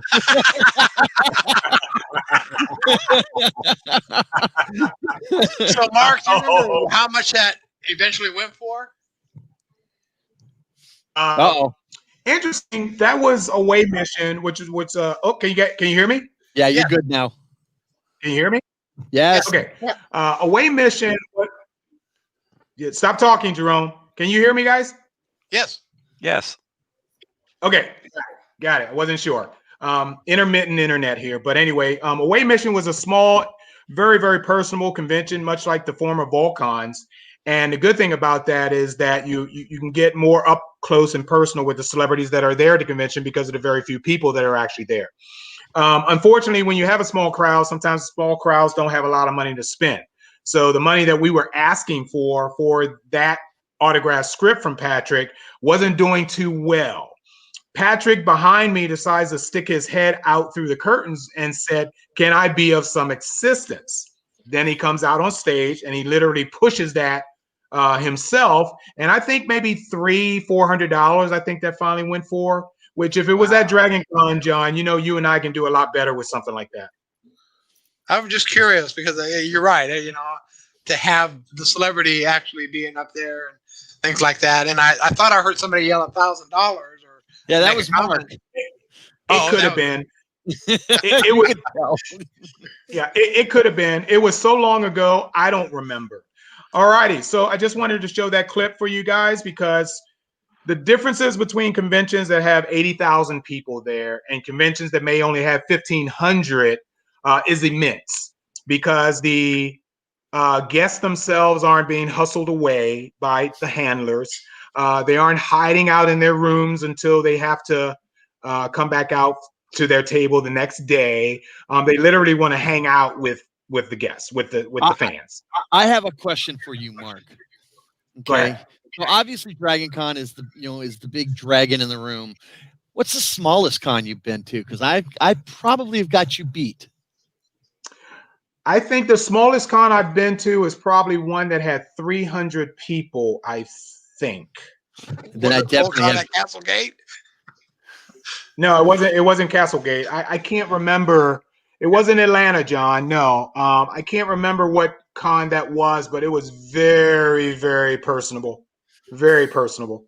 I got even smaller. So you can be, yeah, so you can be exposed to conventions with, like I said, 8,000 people, and like Joe, who was standing in line for hours to see a Stan Lee or things of that nature.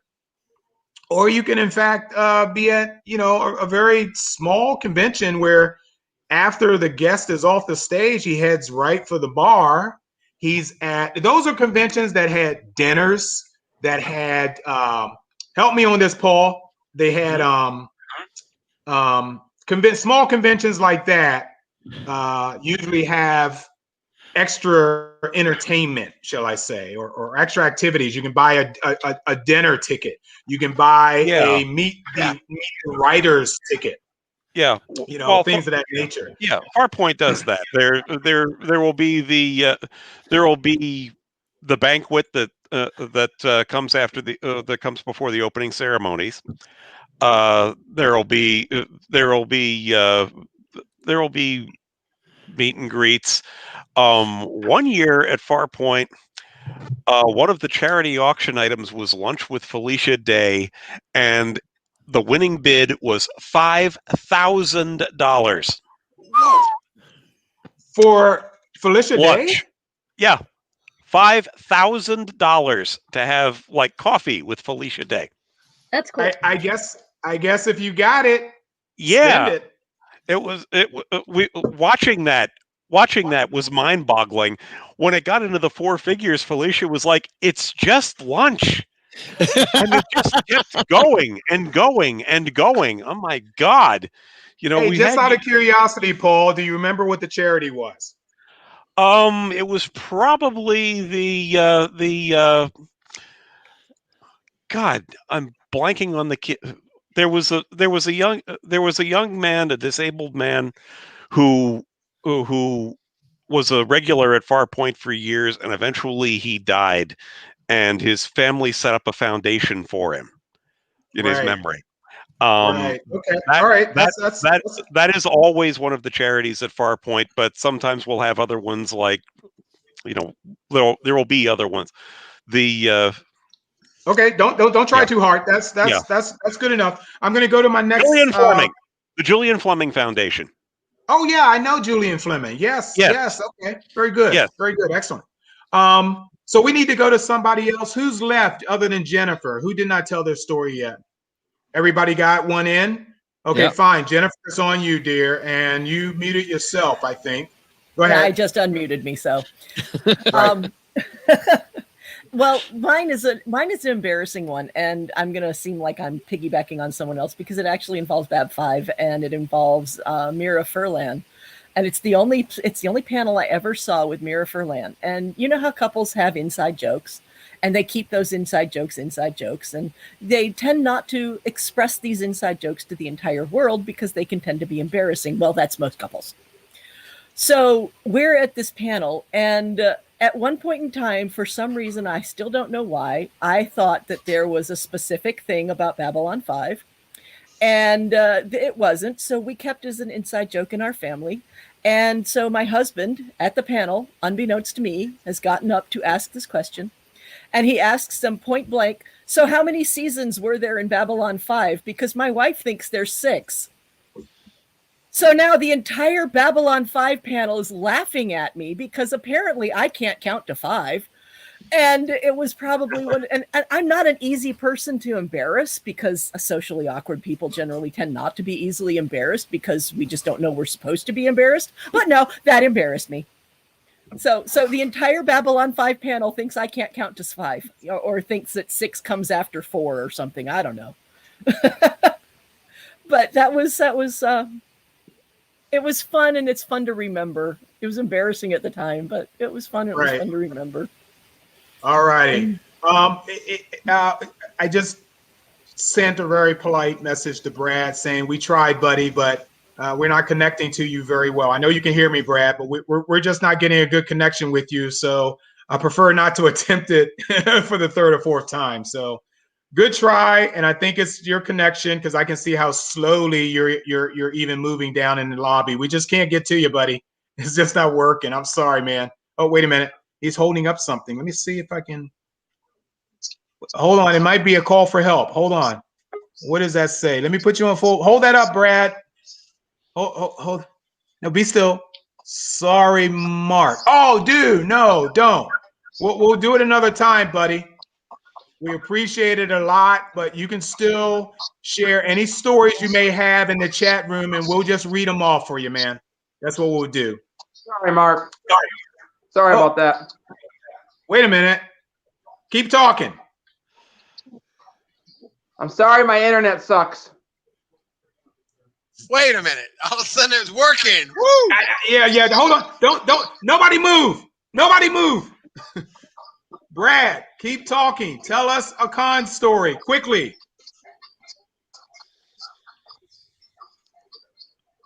I made Nichelle Nichols blush. Don't stop, Brad. Don't stop. One of the handlers said, just go tell Nichelle she looks beautiful. She'll be your best friend. So I said, no, I'm not saying it to Nichelle. So I said, okay. I said, Nichelle, it's nice to meet you. This is my very first convention, and I just want to say you look beautiful today. And she looked up at me and kind of shook her finger at me. And meantime, the guy is in the background laughing, going, yeah, you did it. It was very embarrassing. And it made me blush. And the next day when I got my picture taken with her. I don't want to stop him. Ladies and gentlemen, Brad Jern. Now I can't hear you. Well, that's my convention story.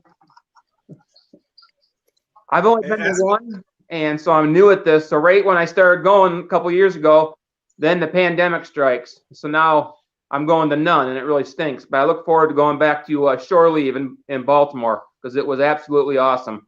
And it's a good one for low attendance, not long lines.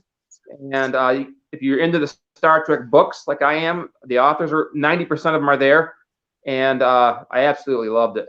And I really missed it this year. I was going to go to Farpoint, but that is canceled. They have, the podcast, but the Farpoint's canceled, and I'm crossing my fingers that Shore Leave is on for July of this year. So, because that was my first one. I put this off for years, and I'm so glad I started going. But as I said, right when I started going, pandemic. So, Awesome. And I don't know if Brad. anyone's ever met John Glover. Does anyone Yes. know who John Glover is? Yes. Smallville. Yes. Smallville. Yes. I had a strange encounter with him, but I think I'll save that for another time. That man is out there. Okay. You got your message through, buddy boy. I'm so happy and proud that somebody chopped down a mountain for you. So it's amazing what aluminum foil can do on antennas and things like that. So good job. Yes, that's John Glover, Paul. Yep. Good job. Okay, Brad, I'm going to go ahead and drop you, man. Thank you so much. Appreciate your input. Wow. I think he was on Jupiter. I think. All right, real quick. Let me see. Do I have everybody up? That's good. Who do we lose? Where did Joe go? Oh, there's Joe. Hold on, Joe. Bringing you up, Joe. Yeah, that was great. We heard from Brad. I'm so freaking excited. All right, my turn. Let me tell my story. I'll tell one of hundreds, but I'll tell this one. So it was, of course, at a Dragon Con. And I told the story before. Some of you guys have heard it, but please forgive me. Oh, where'd Joe go? Hold on, Joe. Joe, are you knocking yourself off? No, you did it. Yeah, okay, I did it. All right. All right. So anyway, so Dragon Con, it was evening time, and I go to the bar there, John and Joe. It's not the sports bar, but it's the restaurant next door. I forget the name of it. But anyway. That'd be Sear. Here, thank you very much. So here I am at the bar and sitting in the corner, or no, I was at the bar first, and who comes in is the cast of Battlestar Galactica. Okay, so it was Eddie that was there and the whole 9 yards. So they were drinking, they were there for a while. I hate overstaying my welcome with anyone I'm around, anybody. So I removed myself and went back to the bar, but occasionally I go back over and speak to them for a little bit. Long story short, they were looking for Chief, and that was forget his name. Anybody? Help? Anybody? Nobody. Oh, okay, good. Then I'll just Adama, Edward James Olmos? No, Chief, not Adama. No. Not Commander, Chief, not the Chief. Anyway, you know what I'm talking about. So anyway, yes. So he hadn't shown up. So they were 5 sheets to the wind. They were drunk as all get out, and I'm talking about practically all of them. And their plan was to go and find. I can't see that, Jennifer. His plan was to go and no, that's the character's name. I can't see the actor's name. Anyway, so the plan was to go and find his room. So I had the key numbers to get on the freight elevators because you're usually standing 5 days in front of a Dragon Con elevator to get to any room. Okay, Aaron Douglas, thank you. So we got on the elevator. We stopped at every floor. This was everyone packed into a freight elevator. We ran down the hallway, everyone. We knocked on every door, everyone. We ran back to the freight elevator and continued that for the next few floors above that. Okay. The next day, I was to host the, thank you for writing it, Tara. Next day, I was to host the panel for Battlestar Galactica. Aaron Douglas was a no-show. So we're sitting up there holding the panel. Finally, in the middle of the panel, Aaron Douglas walks into the room, holds his phone up in the air, and said, "I got a cell phone, MFers." You know, which basically meant you should have called me. So that's my one story. So, all right, good enough for government work. Okay, so we're missing 2 people who I wanted to pop in this evening, and I sent them messages, but I don't send them, and it probably because they can't get into the lobby, I'm assuming, but that's too bad. Not a big deal. They would have messaged me if they were trying to get in, and I would have dropped you guys. Oh, Hey, sorry, helping my mom with a computer issue. Okay, that's the one that I wanted to come on tonight. But anyway, so we're gonna get close to ending this, and I kind of want to get some, if possible, all of your answers have been incredible. All of your answers have been very on point. I think you guys pretty much encompassed the world with all of your positions, with all of your experience. I think all of you have pretty much encompassed what we've all missed at the cons, from the art shows, which Dragon Con and Shore Leave and Farpoint both have incredible, incredible art shows, very professionally run, very high class, to the celebrities on stage and things that they say, right down to sitting in a hallway on a hotel floor with all the alcohol people can pull out of their rooms and sitting them on the carpet in the hallway, getting so drunk that they think they know where their room was after the fact, or just going into a room party and some stranger has now gotten under the sheets of your bed and knocked out. We have experienced a lot of R-rated, super R-rated, and sometimes X-rated experiences at conventions from both celebrities and fans. There's not that much duct tape in the world to cross out nipples, okay, on supposedly professional costumers. I want to do that one day. Just walk down with just a duct tape costume, okay, everywhere. All right. We have seen everything from tragedies at Comic-Cons, at conventions. There have been celebrities that have actually died at conventions, which is horrible to hear. There have actually been celebrities who did not show up at conventions, which is horrible to hear. There's actually celebrities who have not gotten paid at conventions, which is horrible to hear. We know convention runners, occupiers, owners. We know the big box conventions. We know the mom and pop conventions. We know people who started out as fans and ended up as organizers.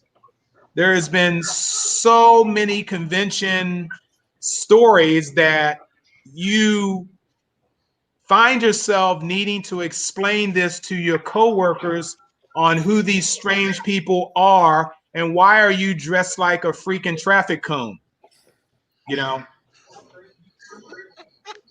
So there's, what did he say, Jennifer? Was that Brian in the background? No, actually, I was laughing at what you were saying. Brian's in the I'm kitchen. sorry. He's doing dishes. Yeah, well, I'm sorry. But there's just so many different occurrences at conventions. And I wanted to do this show basically to give us, I know there's a lot of virtual cons out there now. Some I like, some I absolutely hate. And I know this is a filler and a moneymaker for a lot of those pro cons out there that feel they need to get some sort of income in this year. A one-on-one chat with your favorite actor. By the way, send us some money and we'll send you an autograph. I don't find that as being in the best interest of what it is we grew up with and what we saw. So I'm going to go around the horn, and I want you guys to pretty much, I know what you told me what you miss, but as heartfelt as I guess I tried to explain to you guys on what, some of the funny parts too, on what I missed at cons, tell me deep down, get into your gut, and I want you to be fair and honest and tell me or tell us, tell our audience exactly what is it that has destroyed you in 2020 with the loss of conventions. Okay, I know what you missed, but give me something. Give me something different. Ooh. Jerome, you're always our leader, so go ahead and start this off. I'm going to have to go back to the people because I'm an extrovert. I feed off of the energy of the crowd. You know, the bigger the crowd, the more hyped up and more energized I feel. I come back from New York Comic Con. Kara will tell you, I was bouncing off the walls with energy. I miss the vibe, the way that people move, the way that people talk, and conversations go from one to another. And you could step into a conversation, walk out, come back, and there's just an energy among all the people at these conventions, from the smallest convention, which, by the way, my smallest was 38 people, to the largest of like New York Comic Con. Okay. Yeah, I'll tell you that story later, Mark. Okay, but yeah, you have to. The energy of what you get from all those people, and I've been an MC like you, Mark. You know, there's an energy that comes at you, but when you're in the middle of that crowd and that crowd is shifting and moving and twisting, you just feel a vibe, and that's the biggest thing I've missed because it has made me so depressed not to have that around me. Yeah, it looks like I'm going to have to add on top of each one of you guys' comments because you're bringing some incredible stuff to the table right now. And you're absolutely right. With me being on stage, I do feed off the audience. My intention is to make sure they're having a good time. I also am very, very aware that they're not here to see me. Okay, so I try to entertain them as much as I possibly can and get the hell off the stage. Yeah. Okay, but the fact that what I just received from them, you know, it's like I'm the villain. One of Superman's villain was Parasite, and it's like, oh my God, man, I was dead to the world when I got up on stage. Okay, but now I'm so energized, I want to get back up there and dance a jig or something, you know. Mm-hmm. So Jerome, absolutely right. John, what do you got for us, buddy? Tell us some truth here. All right. Well, I think, and it goes back to Dragon Con. That's the big thing, you know, for me every year. It's not only missing the people, but it's missing the people, like the guests that weren't guests at the con. I have in Atlanta, I know a lot of the movers and shakers within the city, and I can come in to the con and all of a sudden I'm like, wait a minute, was that Julian Bond? Was that you know, John Lewis? You know, things like that. And I'm like, so you miss not necessarily the guest, but the quote unquote non-guest, the person who's well known in the city, who is attending the same convention that you are, and that you never would have thought, especially a politician, would have, you know, liked the very same things that you do, that were there to see maybe the same guests that you did. So I miss part of that as well. Again, I spend a lot of my time now in the dealer's hall, so it's always nice to be able to see what some of the dealers have. And sometimes they have stuff that hasn't been made available yet. And so you get that advanced vision of that item, or can even purchase it before it's been made available to the public because someone has a connection. So there's just a lot of interwoven things that I really miss. You know, it's kind of hard to just pick one thing, but for me, that's what it is. It's just the non-guest. Well, let me touch on your point on guest. There's been many occasions, and sometimes I've written contracts for guests to appear at conventions, especially the shows that I was doing in Germany for like 20 years. And a lot of times I get literally from them, well, what do they do with these things? What am I supposed to say? How many people are you expecting there? And to try to explain to first timers who's coming to a con what to expect, it's something you really can't tell them in words or description. They have to see it for themselves. I've seen 5-minute standing ovations from people standing up on stage. When Patrick Stewart gets out there, he knows how to work the stage. He goes to every corner. He goes to every freaking corner of the stage so people can not only get their photo op, but to basically to recognize that side of the room and not neglect anybody. I've seen incredible entertainers that need no introduction.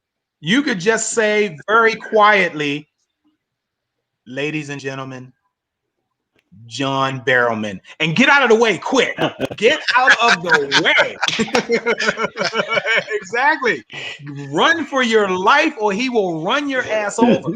Okay. So it's very, very interesting on how people or the celebrities, because I'm touching on what John's statement, on how the celebrities have no idea what we've been doing for the last 35, 30 years, 40 years, and how it's a no-brainer for us. But to see them come to a con for the first time, when you see a convention advertised and their first convention appearance, it's like it's blood in the water to these fans. And it's like, we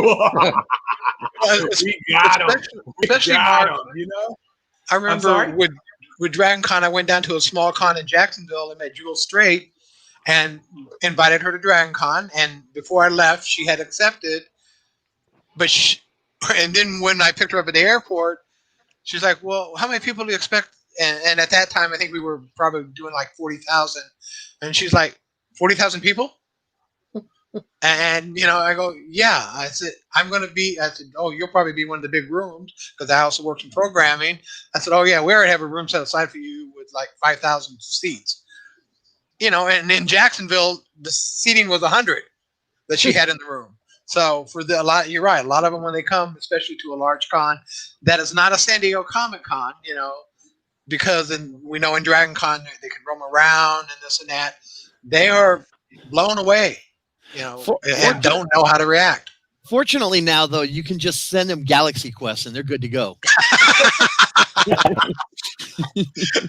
That is the best piece of marketing material ever done in the entire history of conventions. It's a great Star Trek movie. film.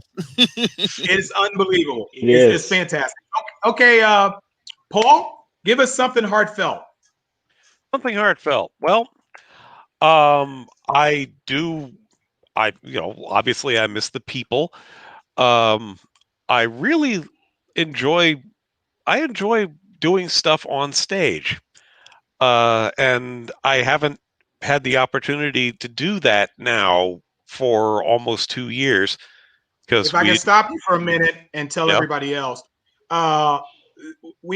I say we because I feel I'm still part of Farpoint and Shore Leave at Point. Paul is a member of a theater group that does sci-fi, because I won't stick it just to Star Trek, but does parodies, which could be a cross between a Star Trek episode and Phantom of the Opera, and they're brilliant. And I actually played Data's twin brother. Okay, my brother was a short white guy. Okay, and I was the twin, and it was based on the Patty Duke show, the Data Lore show. Right, Data Lore show. The Data Lore show. And Paul is fantastic in a lot of his characters that he does. So what he's saying when he said he misses being on stage, that's it, because I miss those as well. Keep going, Paul. Sorry, buddy. Yeah, we've mainly done the Usual Suspects is kind of on indefinite hiatus, but then there's Prometheus Radio Theater, where we do radio drama. And the last time we did one of those was in 2019.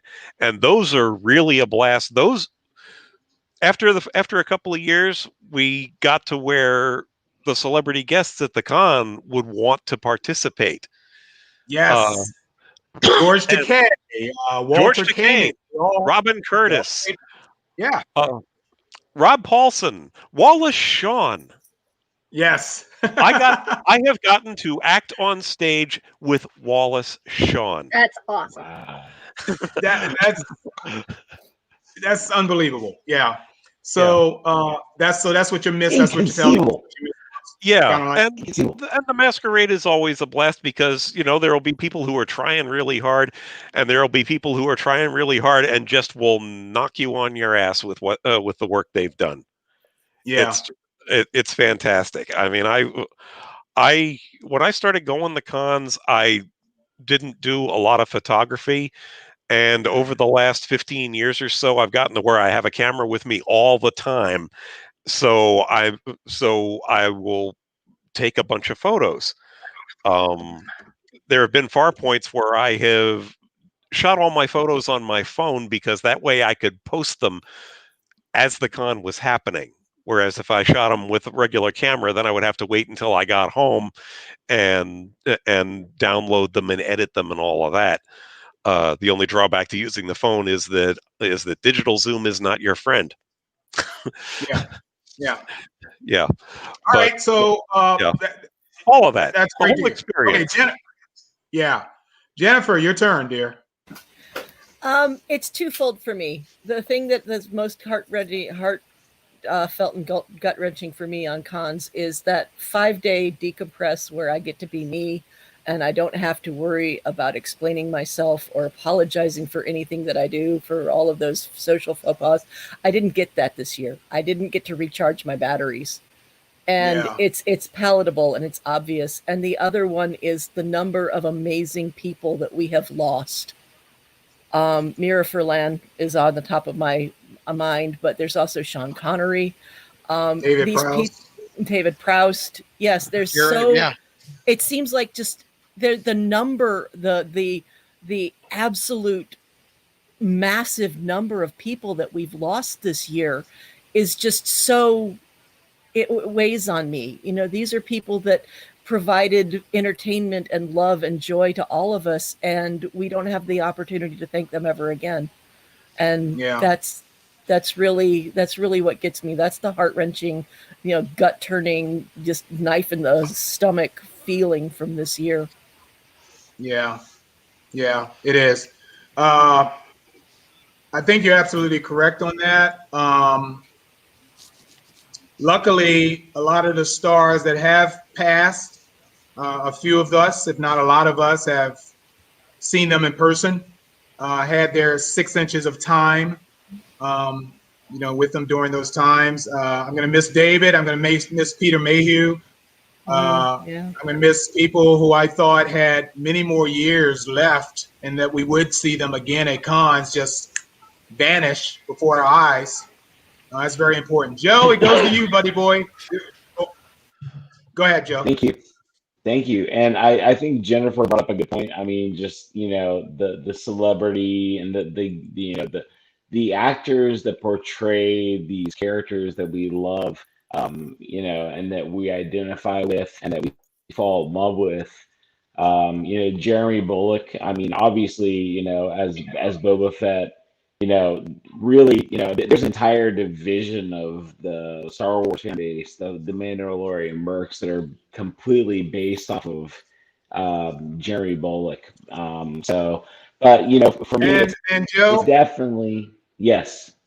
I'm sorry to interrupt, but I wanted to stay on that point that you on right there. How ironic is it for Jeremy to die in a season of The Mandalorian popping up? It was like spiritually passing the torch. Yeah, absolutely. It's like, okay. It's amazing. So keep going, my friend. No, but I mean, that brings up a good point. I mean, the iconic imagery that he embodied is really the inspiration for The Mandalorian more than anything else. And that's obviously probably the biggest geek, kind of series that we can get into. I mean, we can't really go and watch movies too much right now. You might go into a theater that's socially distanced with a mask, but there's no real movies that are coming into theaters right now. So what we have is streaming and Disney Plus, but stuff like that. But for me, it is back to the people. It's back to the friends, the friendships. And it's back to what I said before. It's the spectacle. I mean, it's that one time of the year that you get to feel like you're really part of something that's greater than yourself, that you share a passion with 80,000 other geeks and friends that you haven't met yet. And one of my favorite quotes that going back to Chuck again, that he uses a lot is the one from Gonzo from the Muppet movie, which is, there is, not really a stranger. It's just there's a word for friends who haven't met yet, and I have so many friendships that I have developed over the years from conventions and really from Dragon Con mostly, but from other conventions as well, that I would have never met these people outside of that. and there's an affinity. There's this, like, we're out in the real world, and we're at our jobs and with our family and our friends that are outside of the cons, and they don't necessarily get everything that we get. They're not as passionate about it as we are. And they kind of think that we're maybe the weird person in the friend group or in the family that geeks out about Star Trek or Star Wars or Firefly or whatever it may be, right? But I still think when you're we all go, weird. You're all weird. What the hell, man? but when we yeah, but So when we are go to you. conventions, we go to conventions and we find our family, our geek family that geeks about it just as hard as we do. I've been in like 2 or 3 hour conversations on alternate points about Star Wars with friends that, it wasn't a hateful conversation, Okay, where we disagreed. that's when I get up and leave the room. Okay, I am walking away from you freaks, because the last thing I want to do is get in a freaking battle about Star Wars or even Star Trek. So you're weird. Okay. No, it was an honest and genuine conversation. We all get drunk as hell, but our that'll get me there. but our feelings about it were genuine and real, and we found an affinity for each other, and I Right. think that's where it comes down to. It's the people. Yeah. It really is. Yeah, that's what I miss. To touch on that a little bit more before I go to Hansi here. I've met some incredible friends through cons. Jennifer is one of them up here on the screen. She was a pain in my ass at every auction I did, both her and her husband, but she spent money. So I figured, she stay. I think I'll keep her. And it's amazing, the friendship. Like, you're not, I mean, it's probably dated maybe during the Bewitch era when you would invite your boss or your coworker home for dinner. That crap don't happen in real life. No, I don't think so. So the true friends that we do find are at these cons, and like Brad has said, it's like-minded people that we're around all the time. I definitely would not sit into a conversation about Star Trek or Star Wars to that 10th level. I just like Star Trek or Star Wars, but I don't dissect any of them like these crazy wackos that are out there now. They'd probably be the ones that storm the Galactic Empire, I'm sure. But who you calling crazy wacko? Yeah. You see me pointing? See this finger right here? See? I got another one for you. There's another one right there. I can do the Brady Bunch thing. I can do the Brady Bunch thing, okay? And I am. All of you guys are freaks. Hold on. If I get a finger, I'm punching Jerome in the head right now. But anyway, so the point is, we all attended conventions because we started off in our bedrooms and the bathrooms reading a comic book. Okay, it could have been a novel, and by that they were pulp novels, no pictures in them whatsoever. They smelled funny, but under the covers at night, because we can't put this sucker down. And then when we saw an ad in the comic book or an ad in a Starlog magazine or Fangor or Cinema Fantastique of a con, somebody literally had the money to buy for space. Back in that day, you young farts, you had to put your ads in like 5 weeks if you wanted, for an upcoming issue close to when the convention was coming out. And we would run to those cons. We're like, oh, there's a science fiction convention that's up the street at the hotel. I wonder what that's like. And all you had to do was go one time. Just go one time, and hook, line, and sinker, we got you. We got you. We will see you next year. Yep, we got you. And that's how we started standing in line next to someone, creating a conversation. Oh, you're into Tarzan? You're into, Warlord? You're into Neil Adams? You're into Spider-Man? Oh my God, you're into Harry Potter? Well, get out. We don't want you here. But anyway, oh, you're into this?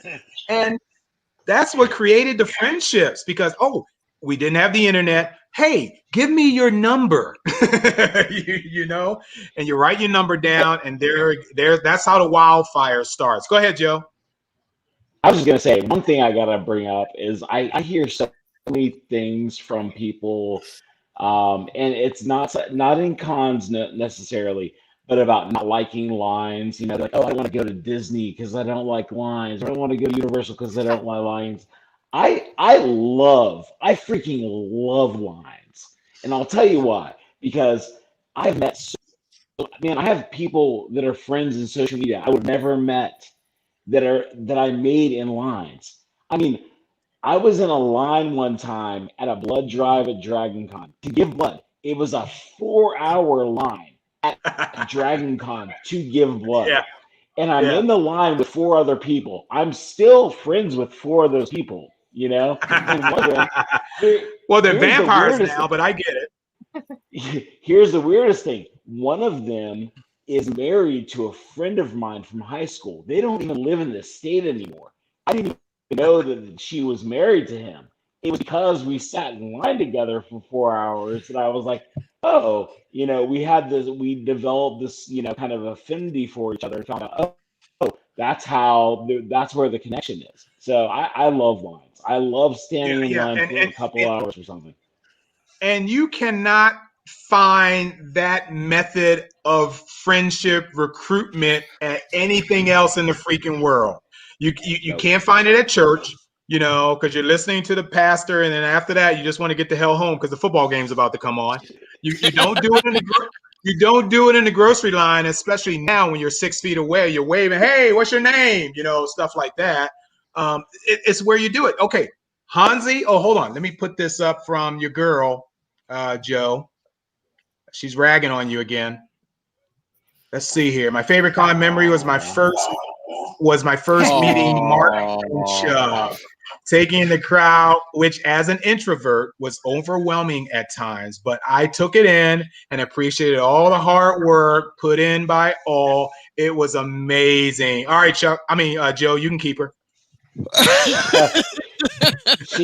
She's definitely a keeper. Yeah, she's definitely a keeper. Yeah, I love that girl. She's awesome. Hansi, oh my God, girl. Totally. Go ahead. Yeah. Hansi, something totally me. So, something heartfelt, dear. Well, in my life, in my family, you know, I talk pop culture all the time, and mostly I get glazed eyes from my family. But one time I took my daughter to New York Comic Con, and we were sitting on the steps by where the press is, watching the people milling around. And my daughter was like, always like, no one knows what you're talking about, Mom. And I pointed to the crowd and I said, they all do.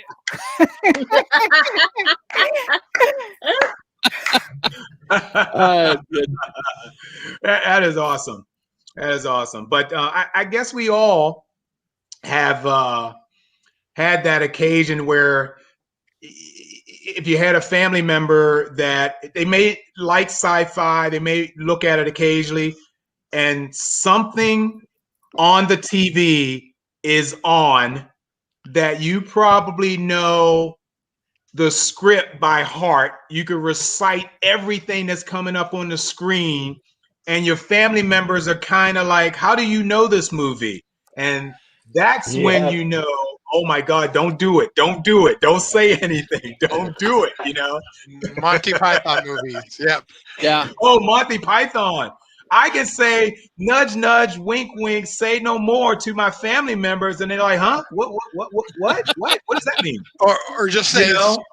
Does she go? Does she go? Hey? And You know, does everybody, she go? we all know what that joke is, but you know, when I do it at my parents' house, they're like, has my son gone crazy? What? The number of the count shall be 3. Okay. Your mother was a goat. Your mother was a goat, and your father smelled of elderberries. Now go away, or I shall see what I mean? See what I mean? See what I mean? See what I mean? See what I mean?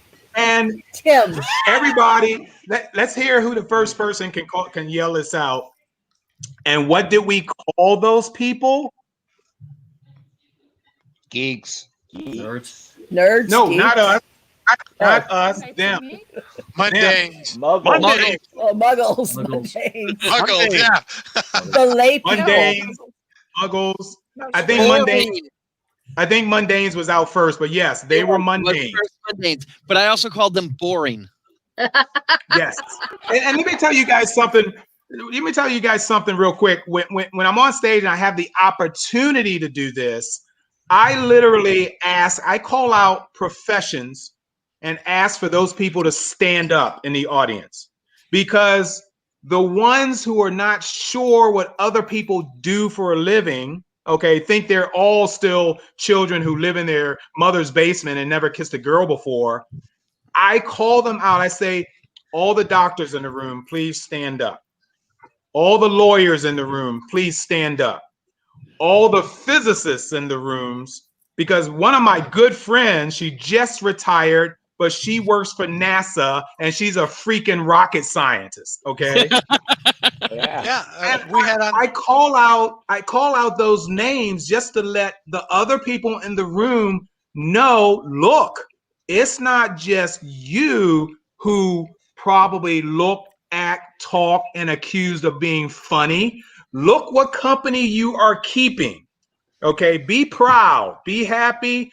They are our people. One of us. One of us. One of us. You know. I mean, at DragonCon, at 1 year, I had a sitting judge who was working on my volunteer staff. Yeah. Excuse me. Who is the senator that we just lost who went to DragonCon, John? Yeah, John Lewis. Yeah. Exactly. Come on. You really have expected John Lewis to show up at DragonCon in your wildest dreams. He did. John Lewis have shown up at many DragonCons, Jerome. Yeah, I'm John not saying Lewis. that. What I'm saying is how many people out there would actually have thought of John Lewis showing up? Or I got one for you. Who would have guessed that Bush the Elder was a Star Trek fan? True. Right. Or even Obama. Obama's a Star Trek fan. Oh, yeah. He's a Vulcan. No drama. All right, let's move on here. So Lee, he's a Vulcan. I heard that. Lee, I need something heartfelt from you, since we're getting close to ending this broadcast, in terms of your absence of the cons. All right. Main thing that I can say is what I would call chosen family. And in particular, this mask was made by one of the members of the Marriott, the Cult of the Marriott Carpet. Her name is Kayla. And not only did she make this for me, she also made a baby onesie in the carpet pattern for the owner of the company that wrapped my truck. Okay, that's one thing. There's one other thing that I have to mention is the one and only time that I have cosplayed was actually my first year at DragonCon. I cosplayed as Adam Savage. And that was the year that Grant Imahara showed up. Yep. He was a guest. And ironically enough, there was another guy in the crowd that was a dead ringer for Jamie Heineman. So what they did is we actually had gone over to the area for the autographs instead of going to the panel, because they were one right after the other. And so one of the people who was one of the line wranglers, I guess, or one of the organizers for the room, pulled the two of us aside and had us waiting so that when Grant came in, he put the three of us on stage, and it was like paparazzi times 1,000. I mean, all the flash bulbs going off were absolutely amazing. And he was so gracious, so humble. He said, "Man, you guys did a good job." And the thing is that the other guy and I didn't know each other, but we came together in that moment, and we lost Grant this past year.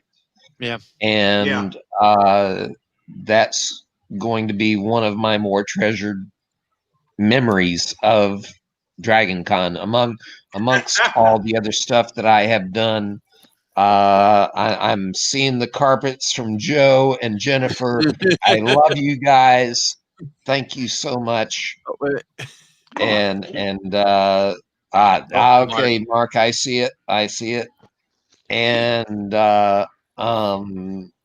so the chosen family of carpet and the meetings of people that like I said, we unfortunately lost Grant this past year. And as a side note, not only did we lose Mira today, we also lost Hank Aaron. Yeah. Yes. And I can say that I have actually, when I was growing up, my dad was in the Air Force, stationed in Warner Robins, a couple hours south of Atlanta. I can say that I had the privilege of watching Hank Aaron play a baseball game. Wow. So, anyway, oh my God. Yeah. I wish I had. So anyway, but like I said, it's the family, the carpet family. Like I said, I hope some way I can show this to Kayla, just how much I appreciate what she has done for me, not only with the mask, but with the onesie. And it's a family like none other, and I call it chosen family. So yeah. And Mark, if I can just Yeah, interject Lee's story there about Hank Aaron. Hank Aaron in Atlanta owns a lot of businesses, and one of them happens to be a Krispy Kreme that is about 4 miles from where I live. And when I was a very active runner, I would run to that Krispy Kreme, grab a couple of donut holes and a glass of water, and then run back. Well, one morning I run in there, grab my usual, and I get this guy in the corner, or I hear this voice in the corner saying, "Oh, where'd you run in from?" And I turn around. He is sitting in this Krispy Kreme, just having a cup of coffee, and I'm like, I turn, I'm like, who's asking this? And then I realized it was Hank Aaron. I said, I live in East Point. I just ran up here about 4 miles. I got another trip. I come in here to get my sugar fixed by having the donut holes and water. And he turns to the cashier and goes, "The next time this guy comes in, plus today, here's his comp." And, and I'm like, no, you don't need to. I mean, it was only maybe $1.50 worth of purchase. Doesn't matter. But that's, when I heard that today, that was the first memory that popped out. And I'm like, here's a man that he owns all these restaurants and this and that, but he took the time out of his morning to see some guy coming in, obviously running, and to ask me where I was living at and this and that, and like, and then when to say, well, Mr. Aaron, and he turns around and says, "Call me Hank." I'm like, what? And, yeah. Hey guys, if you can bear with me for a couple seconds. I got Eric down in the room, but I want to. How do I do this? Oh my God, I hope this works. Stand by, guys. Okay, I wanna stand by, guys. Oops, how do I get that full screen? Let's try this again. Well, I said I wasn't going to show this. I changed my mind. So now I'm actually trying to get it up on the screen. Chrome tab there. Okay, here, share, here. How do I get that? Oops, maybe it's coming up. All right. Lee just gave us a great story about the people he's met. Now I just want you to look at his ass.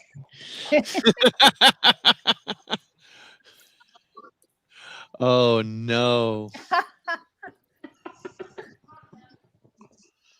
So John is laying on the stage.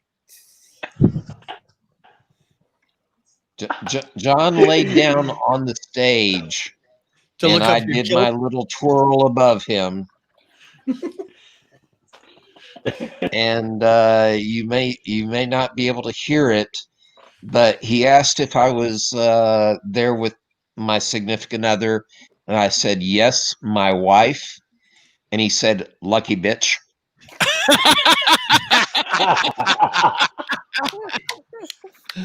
Oh, geez. That's great. Where was this at? Heroes and Villains in Atlanta. I believe it was 17. So you're not America's ass, you're Atlanta's ass. Absolutely. I will take that. I will take that honor with pride.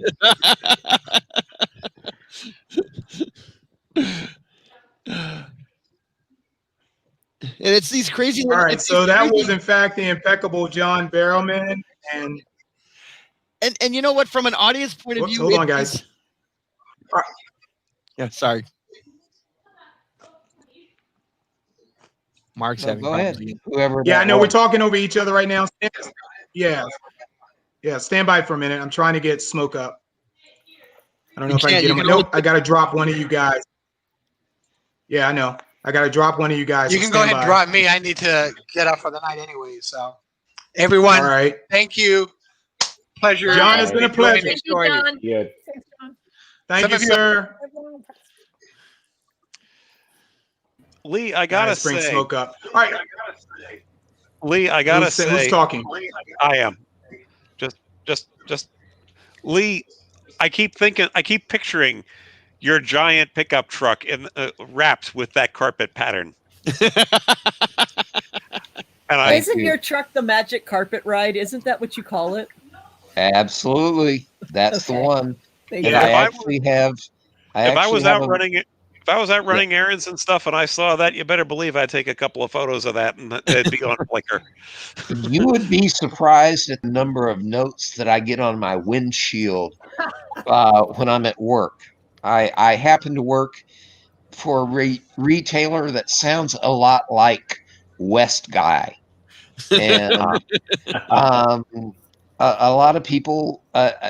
I have come out to more than one note, probably at least 5 or 6 notes of people who have recognized the truck and have left a note for me saying, "You just made my day," or something similar. And all right, guys, we're going to stop that story so we can move on to the other people that we have, and so we can get off. Basically, I've been asking for some heartfelt stories from people about their con experiences. Smoke, welcome to the show, man. Sorry you couldn't be here earlier, but I'm glad you made it nonetheless. Thank you for having me. Can you hear me? Yes, I can. We can hear you well. Stand Good, by. good. We're going to come back. We're gonna come to you in a few minutes, but right now I want to go to Dennis, the mad scientist, since we got a final 2, now 3 that we're going to go ahead and get final statements from for this show. We've been on for more than 2.5 hours. So I know some of you guys want to go to bed or continue their drinking. Anyway, so Dennis, my brother, yes, tell me heartfelt final statement on what it's like to have this convention experience of yours. Well, the episode is called A Level of Emptiness, and for me, a big love language is quality time. And I immensely miss my con family right now. Like I said earlier on, I have more people in the con setting than in my real life as friends that have actually become family over time. But quality time also has been for my actual family. My wife and daughter and I do a lot of conventions together. It's amazing to see my daughter at age 17 going on 18 spend 6 months building a cosplay, debuting it and winning in a competition, or seeing Tara build something for a costume or prop run into somebody that's the character she's cosplaying as on TV, and that person tells them that what she made was better than what they have on set for wardrobe and props. I mean, it's a big rush to have that kind of time together with my family, to have that means of self-expression. And we get to have a road trip. Every time we go to a convention, we're traveling together and we're spending time together that we're making memories. And that's something that I value. And this last year, we just really haven't had the chance to do. Right. Excellent. Excellent. Excellent. Thank you so much for that. Let me get this out of your face. We move on to Jennifer. Jennifer, wait a minute. Is it Jennifer or is it, no, it's Rose. We got you already, Jennifer. Yep. Right. Yeah. So Rose, same thing, same topic here, same question. Okay. Well, conventions have always been my release, and it was always something I looked forward to. I went to 4 or 5, tapered down over the past couple of years, but still, even local shows, and I miss them very much. But to add on to what Dennis said, my children have grown up with me. When I went to conventions, they used to just stay in the hotel room with their dad. But as they got older, they started to want to go out, and to see their moments with them and have them like either, have these fan moments for the first time was just like some remarkable moments that we'll always have as a family.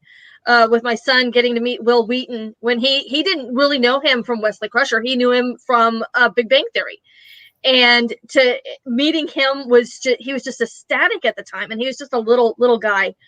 And with my daughter, when she got to meet Tom Kenny, who did the voice of SpongeBob, that was like her first real big fangasm moment that she had.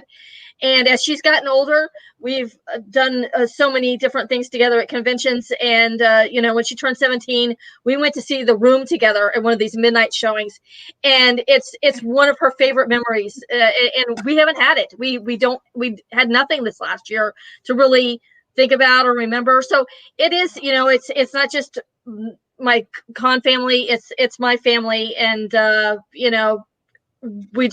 we lost out on so much, and I feel like this year's going to be more or less of the same, and I just can't wait to get back out there, with my con family and with my own family, sharing and having these great moments and memories.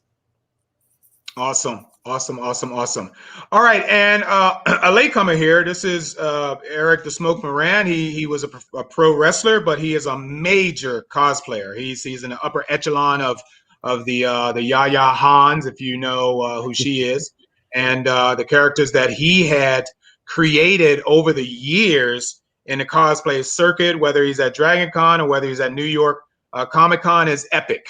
And you can go to his Facebook page and take a look at his work.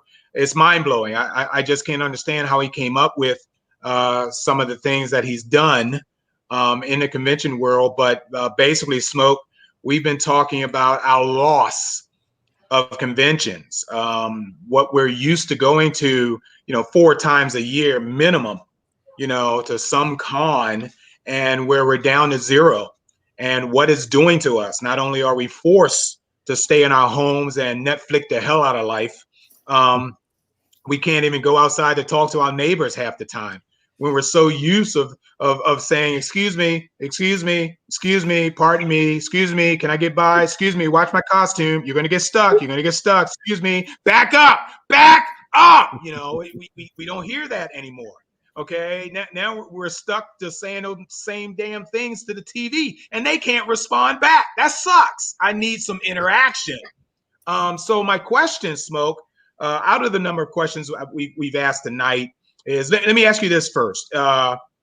What is it that you miss greatly about not having a con, or being away from the convention experience right now?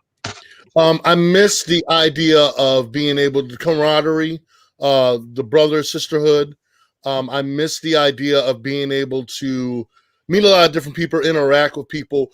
It's one of the few places I go to therapeutically, mentally for me, that I feel comfortable because I'm not good with crowds. Believe it or not, even though I do the cosplay stuff and I entertain, I'm not very good with crowds. When I'm in the cosplay Comic-Con world, whether I'm touring, whether I'm cosplaying, whether I'm hosting, or I'm even doing like, a panel, or I'm a guest, that's where I feel the best times, because for me, I'm around like-minded people.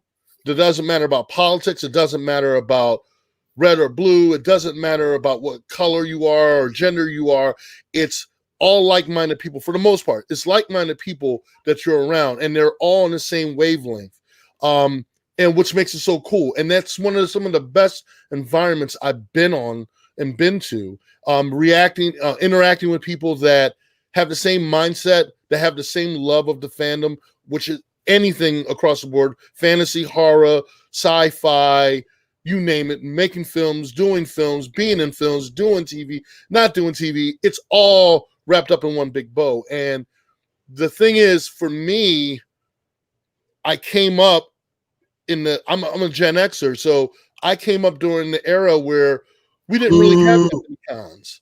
We didn't really have places to go to share our fandom for our love. We were pen pal. We would read Starlog magazine or Monsters magazine or Fangoria to be able to say, oh, wow, and to be able to marvel at the idea of going to a con. Then when Creations came out, you had the Star Trek cons, and you had the little mini cons, and it was small. You didn't have too many people.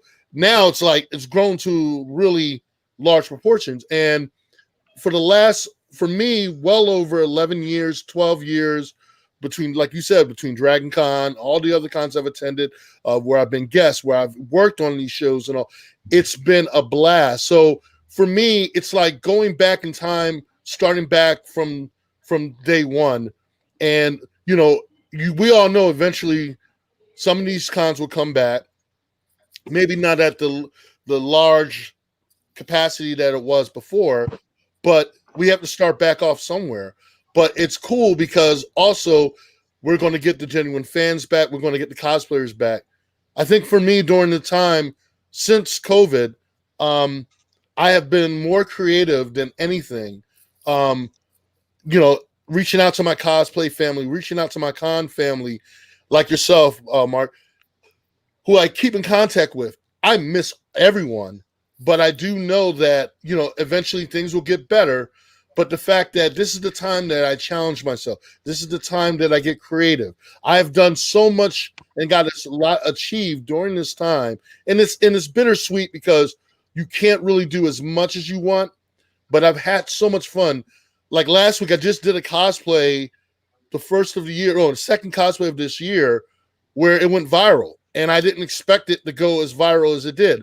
And I was able to get together with a small group of my con family / cosplay family and be able to do something, social distancing the whole nine, and have fun. And I'm like, man, I cannot wait to try to start doing a little bit more here, a little bit. It's going to be a little like we got to chip away. It's like we got to chip away each time, but it's each month goes by.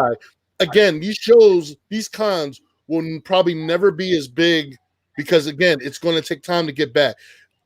Yeah. Again, eventually it will give it a couple of years, but it's a thing where I'm used to it because we didn't have it, and the fact that now we're getting back to it down the road and all, I'm looking forward to it. I'm totally looking forward to it.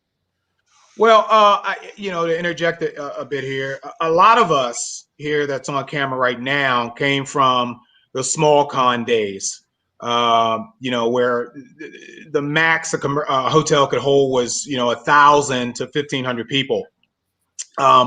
Before cons entered convention centers, probably the first one was probably Worldcon. Before cons like that entered convention centers, there was a lot more personal interaction with people, because at those times, during those days, the convention was inside of a hotel. So I can run up to my room and use the bathroom. I can run up to my room to get more alcohol. I can come back down with more alcohol. I could just stay in the hallway because a bunch of people are on their way up. And it's not like the convention centers where you have to vacate it by 5 p.m., 6 p.m., and then make your own party. Hopefully your friends are staying at the same hotel. So it's different now, or it was different recently. within the last few years with these big box cons, and then no cons at all, which it was almost like a Planet of the Apes type scenario where it just grew too big that everybody basically destroyed each other. And next thing you know, the only thing that are left are apes. And the apes basically said, let's do a convention. And next thing you know, you got apes running all over the place, you know, and so Smoke, you're absolutely right. When it does come back, it's going to be interesting to see how.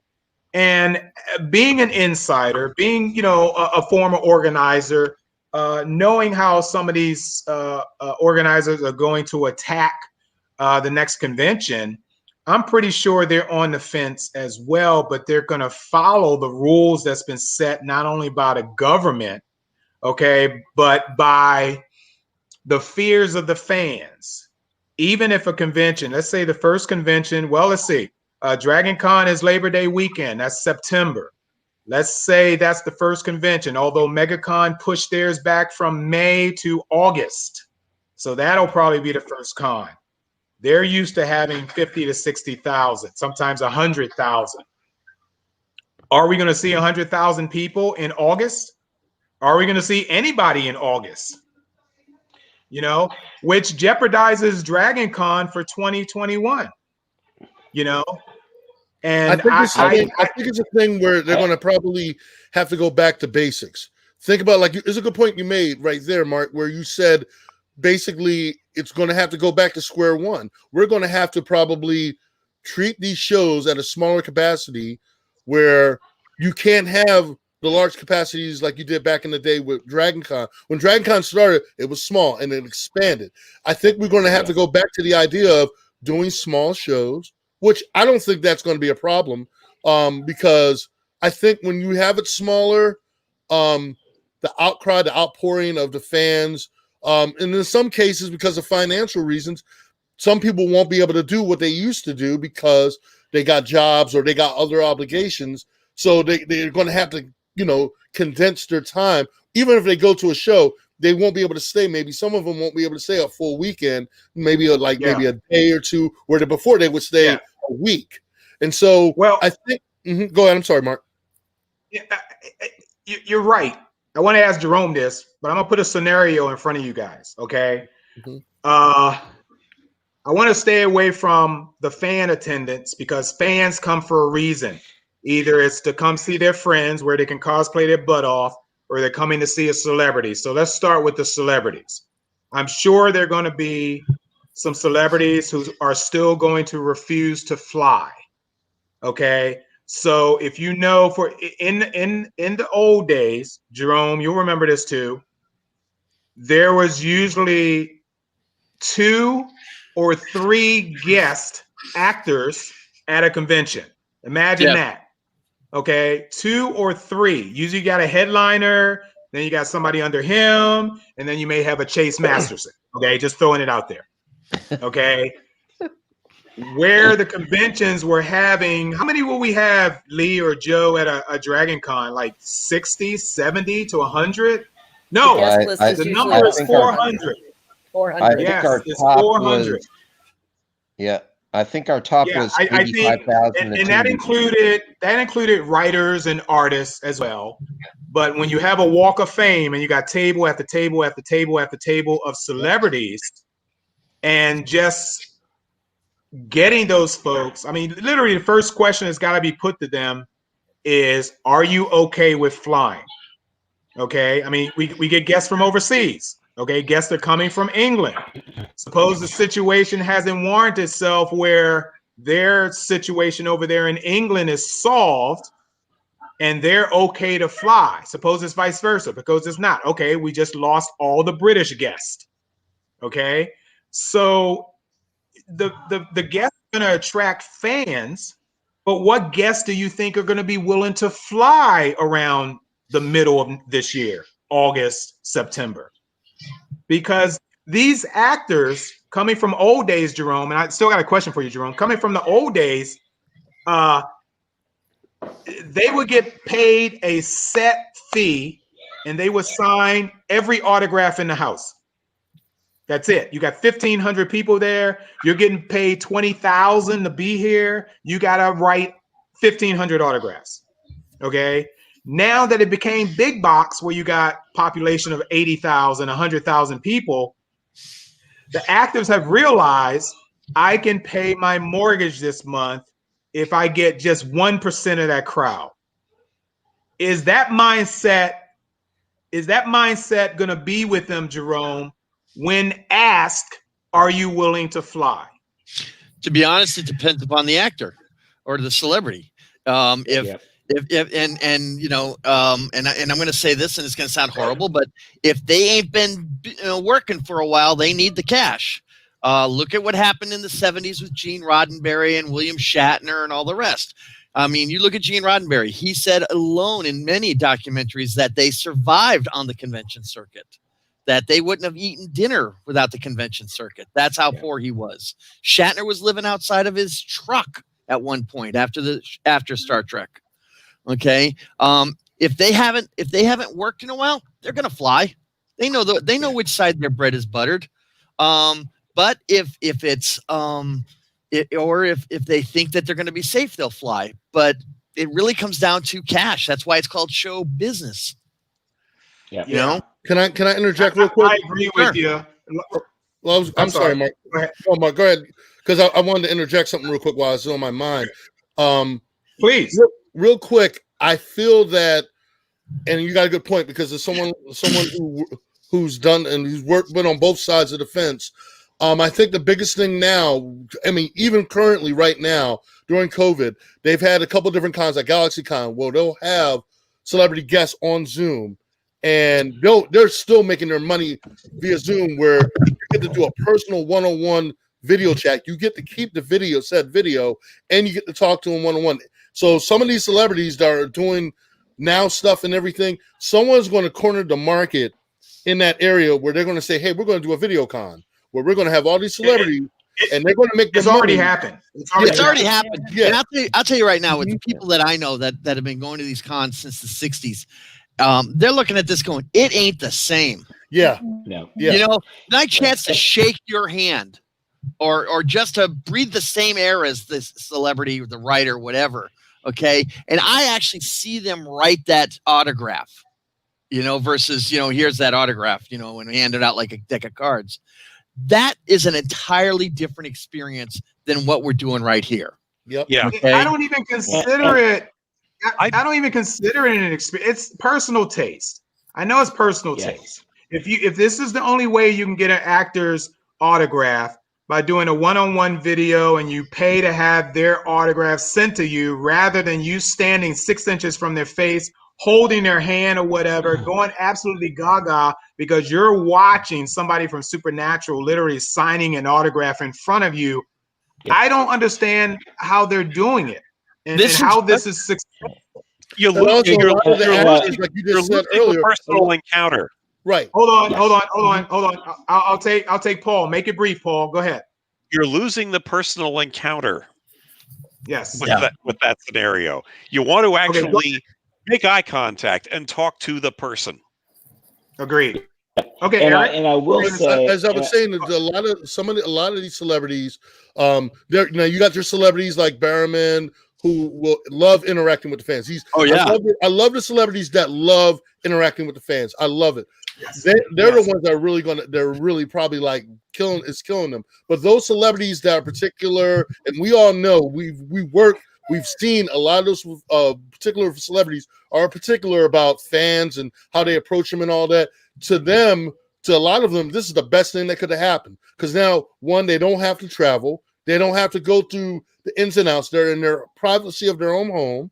They get to say, hey, how you doing, and all this stuff. And get to cut off the computer and go back in the room and sit back on the bed and say, oh, I just made $3,000 to $5,000 in a 2-hour period just talking with the fans. It's unfortunate, but it's the reality that we're dealing with. For us, for most of us on this panel, we were fortunate enough to be able to say, hey, I remember when we interacted with these celebrities. We've done stuff on stage with them. We've hosted them for Mark and myself, you know. So it's a trip because it is like a change that's coming, and it's unfortunate. Like the newer generation that's coming out, they will never know what it was like to experience like you said, Paul, the rub shoulders, that interaction, to be able to eye contact with that person and be able to talk with them. It is a whole different scenario when you're just seeing them on video chat. So I go ahead. gotcha. Joe, Go ahead, Joe. You wanted to say something. Well, the only thing I was gonna say was in reference to these like virtual cons and everything. I attended several during the pandemic, and I gotta say the one that was definitely the most geared towards fans and what the fans were looking for as far as wanting to make that connection with other people and see something new or see something that reminded them of the convention experience was Dragon Con. I mean, I did the Comic-Con one, I did New York Comic-Con one, I did E3, I did various different other ones. But the one thing that Dragon Con did right is that not only did they have programming, which is, what you expect. Like, hey, I can look on a schedule and see this is what I want to watch. But they did something really clever. They integrated modern technology. So they used the Discord chat, and Discord became a huge thing for Dragon Con. I've never used Discord before, even though I'm a gamer.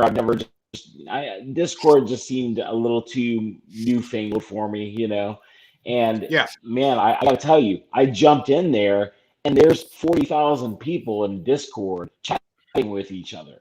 That's amazing. Hansi. At the same time, though, the Dragon Con, the convention experience isn't the same when you don't have it live, And I think the biggest challenge we have right now is the way things are going to move in the next few months, and see what, not to get political, but see what the new administration is going to do to get us under control, to see if we can actually do this in 6 months or so, Gotcha. Hansi, go next, please. Hansi, Well, don't fall asleep on me. No, I'm not asleep. How could I fall asleep? Okay, you have anything to add? Well, I think what's probably going to happen is both will happen. We'll keep virtual cons because obviously there is a market for it, and as you said, some celebrities and God knows I've met a few, obviously really don't like interacting with the fans.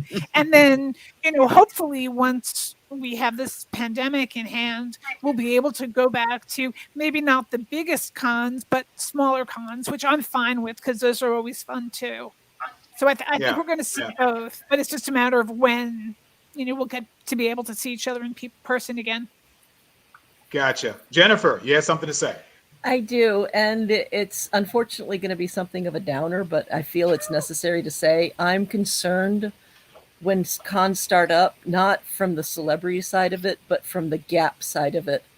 There are people that I see every year at Dragon Con that I'm not friends with on Facebook, and I don't know their status. I don't know what's happened to them over this past year. And I'm going to get there, and there's going to be a gap. Mike, the guy who makes my room in at Gibney's, is he still there? The lady who runs the disability services, is she still there? These are people that are part of my life, but I'm not aware of I don't even know their names. I couldn't tell you Mike's last name. I couldn't even tell you the director of disability services name at all. But I don't, and I'm going to get there, and there's going to be gaps. There's going to be people, I'm going to get there, and it's going to be heart wrenching. And I'm kind of, I have trepidation about when cons start up again because of that. All right, Dennis, last statement. Well, I think we're going to eventually get back to the cons, but right now it's going to be on a play-by-ear basis. We still have our tickets for Dragon from last year that's carrying over to this year. Hopefully we get to use it, but it was kind of nice to have a little bit of something that was Dragon Con related. When it was supposed to be going on, we actually hooked up a laptop to the big screen TV in the cabin that we rented up in northern Georgia. We had a little getaway. Yeah. We still went to Georgia even though there was no con, and we still got to have somewhat of a con experience even though we're in the middle of the mountains in the middle of nowhere. So we got to make do. I mean, that's kind of where we're at with it. Yeah, got it. Lee, go. Yeah, I can't remember exactly who it was from the Dragon Con organization who said this, but they mentioned how because of the pandemic, it was a lot easier to book celebrities for a 3-hour time frame than a 3-day time frame. Sure. And so that's going to be something that's going to be that we're going to have to account for in the future, as far as, you know, because actually traveling, staying, dining, hoteling, everything else. So Yeah, uh, I agree um, with you. I'll add this. We did a way mission once where William Shatner, it was supposed to have been both William Shatner and Leonard Nimoy. Leonard Nimoy couldn't make it. What we did was we live streamed Leonard Nimoy to the audience in the ballroom, and he took us on a tour of his house and pretty much told us, this is my train set, which was mounted up on the wall up near the ceiling. The train was moving, and people went gaga. We were still allowed to ask questions. You come up to the mic, you're watching Leonard on the screen, and you literally ask him questions. And that was the first virtual con. I'm sorry. I don't think anybody else who's done that. A celebrity may have called in, may have called into the audience, but we had Leonard on the screen and did a virtual event, and we love that. Do I want to What see con was that with that? every celebrity who can't make it to a convention? Hell no. No way. We paid money for you to be here. Okay. We understand you can't be here. You could have the actor could have canceled out, but he said, no, can I talk to the audience some other way? Thus, we had the Leonard Nimoy virtual convention at an away mission here in Orlando, and it was fantastic. Paul, I'll let you go next about what we were talking about in terms of the virtual cons. Yeah. Farpoint is virtual this year. It's going to be Saturday and Sunday, and it's not President's Weekend, 20th, 21st, I think, because they wanted to have the con, but with it's February and things are not going to be open by February. And honestly, it's not until this thing is under control, it's really not a great idea to have a few hundred people in an enclosed space for 3 days. So I could see doing virtual programming to have something in place of the con, because you can do a virtual masquerade, you can do virtual panel discussions. You could we could do a radio show if one of us would write one, and I say that as somebody who's been threatening to write one for 3 years. But you can't do the whole convention experience virtually. And while having we did while having a Zoom with a celebrity is great,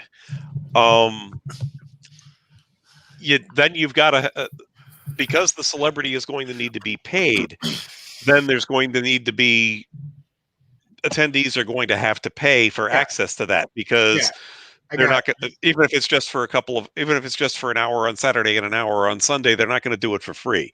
They're not going to be able to charge $15K for it like they do for an in-person appearance. And there's no autograph guarantee, but there is going to have to be some sort of payment set up if you want to have a celebrity in your virtual con. Yeah, I don't want to beat a dead horse. A lot of this stuff was already mentioned, and I think we get the gist of what people or what fans are not going to accept. Jerome, go ahead.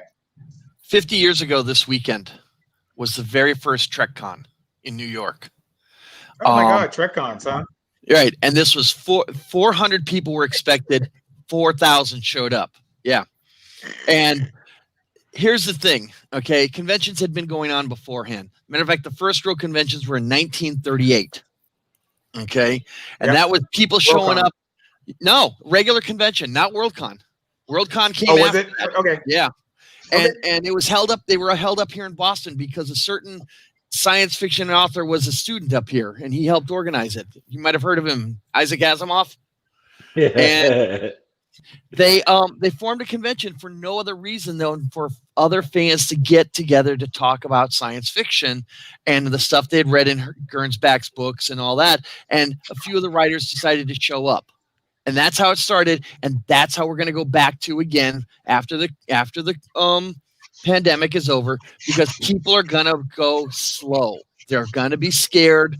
They're not going to do what's going on. The virtual stuff will happen, but you know what? There's nothing like shaking somebody's hand or being real close, and that's why we will always have in live conventions. Well, it's going to be tough for the organizers, and knowing a little bit of the mindset of some of the organizers of various conventions, I think this virtual bit, if it's making profit for them, they're not going to let that go. It's now going to end up being a backup once they go to real life. The problem is going real life in terms of arrangement of ballrooms. I don't think they could probably fill a convention center yet. I really, it's two-sided. The fans are going to be rabid at the mouth to get back at a con. People like me are not going to go back to a con as quickly as some fans, other fans would want to. I don't care if they offer me a job. Until I got a better grip on what this pandemic is doing and what the vaccine is doing, I can't make a decision right now on where I'll be in 6 months. It's impossible to do that probably for anybody, but I'm looking at it more on the organizing side because they have to plan further out than my plans are. You know, Yeah. all I'm going to be doing is looking for a hotel room and airfare. They literally have to book a convention center, book a lot of other support services, and sign contracts, and then hope to God that they'll be able to have the convention on that date. But they got to do it a lot further out than we as the fans have to. So I'm really, really curious on what's going through their minds and what they plan on doing. And, you know, if I had to gamble on it, everybody is basically just waiting this out for a little bit longer. But I'm sure there's a deadline. I'm sure that the organizers said, look, if we don't make a decision by May, we're not having it. You know, it's not like they can form a convention a month before the con. You know, yeah, there's no way exactly, and that's the point. Like for something as big as MegaCon, DragonCon, New York Comic Con, SDCC, they almost have to have everything rolling at least 3 to 4 months is the bare minimum. You know, 6 months is probably really the window they need. You know, but 3 to 4 months is like pushing it, like everybody working crazy overtime just to make it happen. So yeah, you know, a lot of it's going to depend on where we're at by spring, or you know, end of winter, early spring. Well, Fauci is already mentioning the word he used was fall in terms of getting close to normalcy. Now that's touching into DragonCon territory, and anything before that, you might as well forget it. Yeah. You know, I've already written up. I've already written up 2021. For my other hobby, I am assuming that I am not assuming that anything indoors is going to happen before summer. Right. Yeah. I mean, that's basically what we're.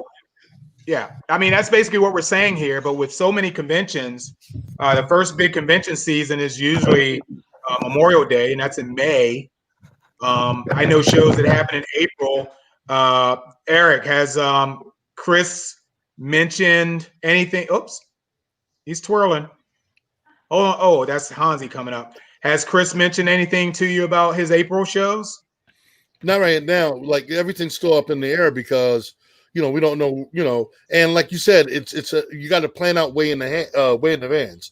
People think that, and this is the reality. People think that when you're putting a show together, you could do it within a week and all. It takes time, and especially during this time right now, you got to like you said, Mark. You got to plan this out way in advance. People got to realize we're still in a pandemic. It's a pandemic. Yes. If not any of you guys, but for the people out there that need to know what pandemic means, look it up on Google or go. Oh yeah, on the we know. dictionary. Yeah. And so yeah. they got to realize that, you know, we're not there yet. And I mean, a good friend of you and mine's, Mark, Curtis. Special shout out to Curtis. I know. I've been keeping track. Yeah. Yeah. And he's in the so hospital. yeah. So when I see someone like that who's very lively in the con circuit and all, this is serious. So me personally, I'm good with it. I mean, I'm good with I'm good with the virtual conventions right now and everything. I'm good with it because of the fact that I'd rather see everyone come back together than to have half those people come back because they're no longer here with us because we jumped too far ahead. So we got to be a little bit smarter on this, and not just because we're not looking at it on the money aspect, trying to make money. We got to make sure that people's well-being comes first. And that's the thing. I couldn't care less if I had to wait another 2 years for a show. I will work around it and find ways to be creative about it and bring other people along with me, because there's always ways around it. Again, we're most of us in here, we were around when there were not that many cons around. So I'm adapted to that. So going, like I said, we just have to be, as much as we love to talk about this, but the reality is right now it's just not going to happen right away. And for those people that are having the smaller shows, I'm sorry, for those people who are having the smaller shows, hey, I wish them all the luck. But they probably went into the idea of knowing that we can't have a big show, we can only have this amount of people in here, and we got to make sure rules are followed. And to be honest with you, I'm really not interested in a crowd less than what I'm used to. I'm not, I don't go and sit in on celebrity talks or anything like that. I go to interact with the crowds. And even if it is 20,000 people there, if people are basically keeping their distance with 20,000 people, they literally consciously are keeping their distance. Why am I even here? I'm not going to have a conversation with a group of people and we're all standing 6 feet away, because that's what we have to do because we have no choice. That doesn't interest me in going to a con. It just doesn't. And there are so many people on the boards right now who are either complaining or they're excited and anxious because they think 2021 is going to give them what they miss, which is what this show is about. I'm fair. I'm okay with basically saying 21 is a bust. I don't know how even the organizers and the fans themselves can operate. I know we got to get back to normalcy, but normalcy to me is what it was back in early 2019 and late 2018. And if we can't have that in 2021, why am I even here? Yeah, if we do have, like, let's say, because Dragon Con tends to be one of the later cons in the con season.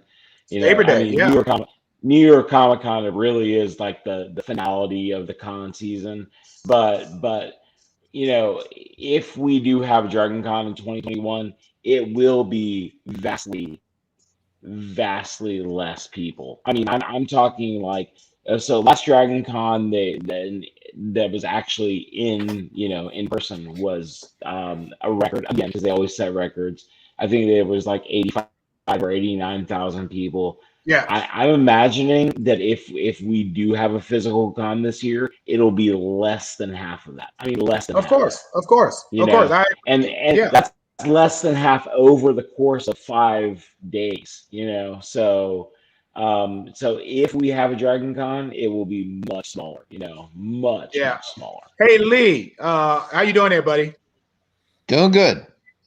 Well, I'm thinking if there's not a lot of celebrities there, especially the A-listers, there's no need for them to need my services. There's enough moderators around Dragon Con that, I mean, we were bringing on new people because we just couldn't handle all the panels. And if the panels, I'm not valuable. I don't think that they would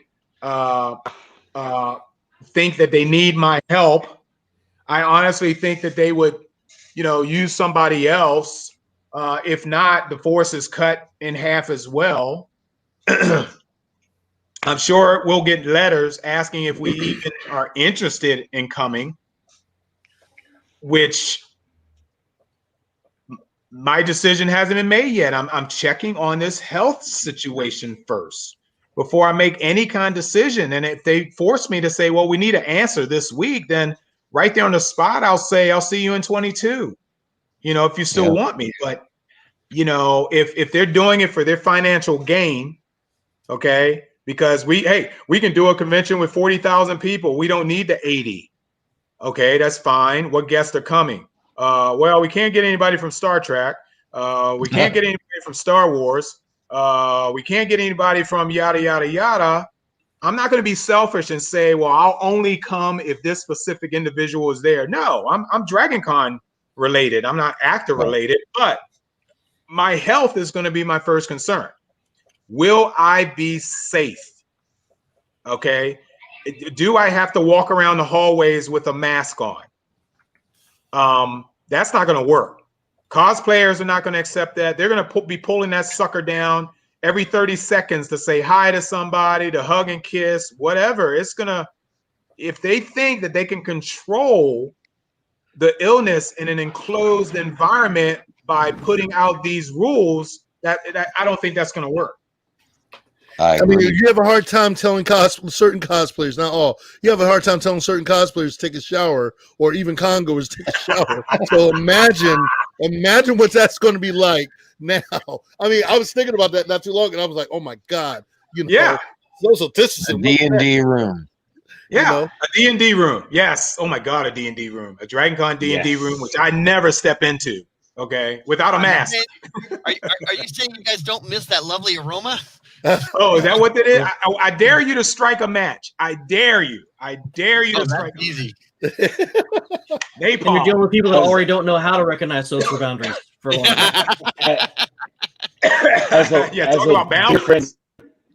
A dear friend once put it to me as Mountain Dew sweat and Dorito farts. Yes. Yes. Yes. Wow. Yes.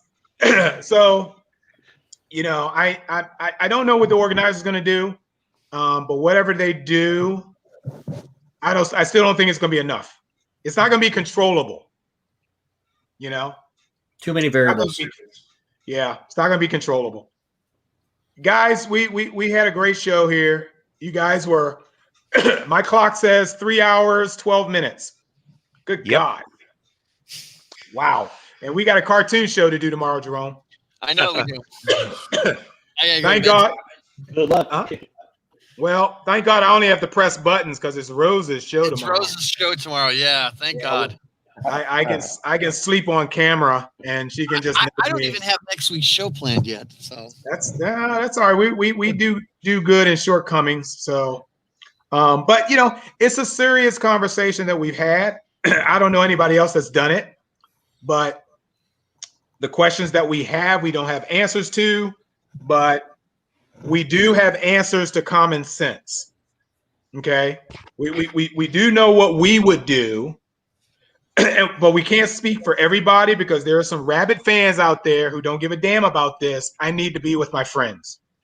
Yep. And that's the problem. So, if Dragon Con gets shut down, can you imagine we already got enough police that are on site? Any one of them can say, hey, look, they're not following the rules. We're shutting you down. Can you imagine that?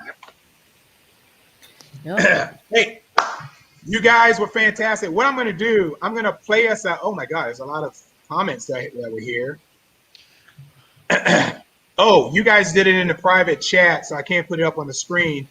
Eric is asking, Lee is asking, what is the hat you're wearing?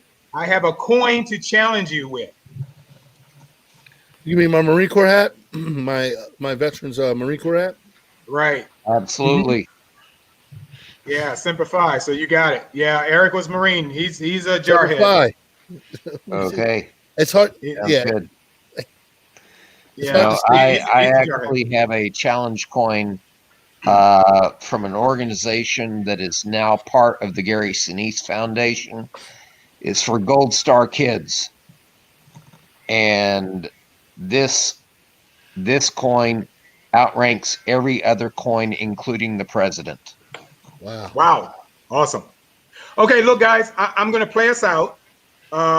you guys can go ahead and jump off and go do your thing. I don't have any reason to talk to you afterward. I just want to say thank you. Yeah, I tried to put it as nicely as possible, but you guys were I on love here you. for Bye-bye. a reason. We love you, Mark. You guys were on for a reason. I hope you realize that, right? I mean, I could have chose anybody else other than you guys, but I went for you guys. So I appreciate it. I knew I would get a great show with you guys, and you have definitely did it. So this is a video from Bill Hatfield at an away mission. This is one of the things that we love about going to cons and not having to be pushed around like cattle. This is when we stop, okay, and recognize the atmosphere that we are in. So thank you everyone for joining us tonight after 3 hours, 15 minutes. This was an incredible show on what we've lost in 2020. So take a listen. You guys can hang around and watch. If not, I will see you guys next time. Love you too, Jen. Here we go.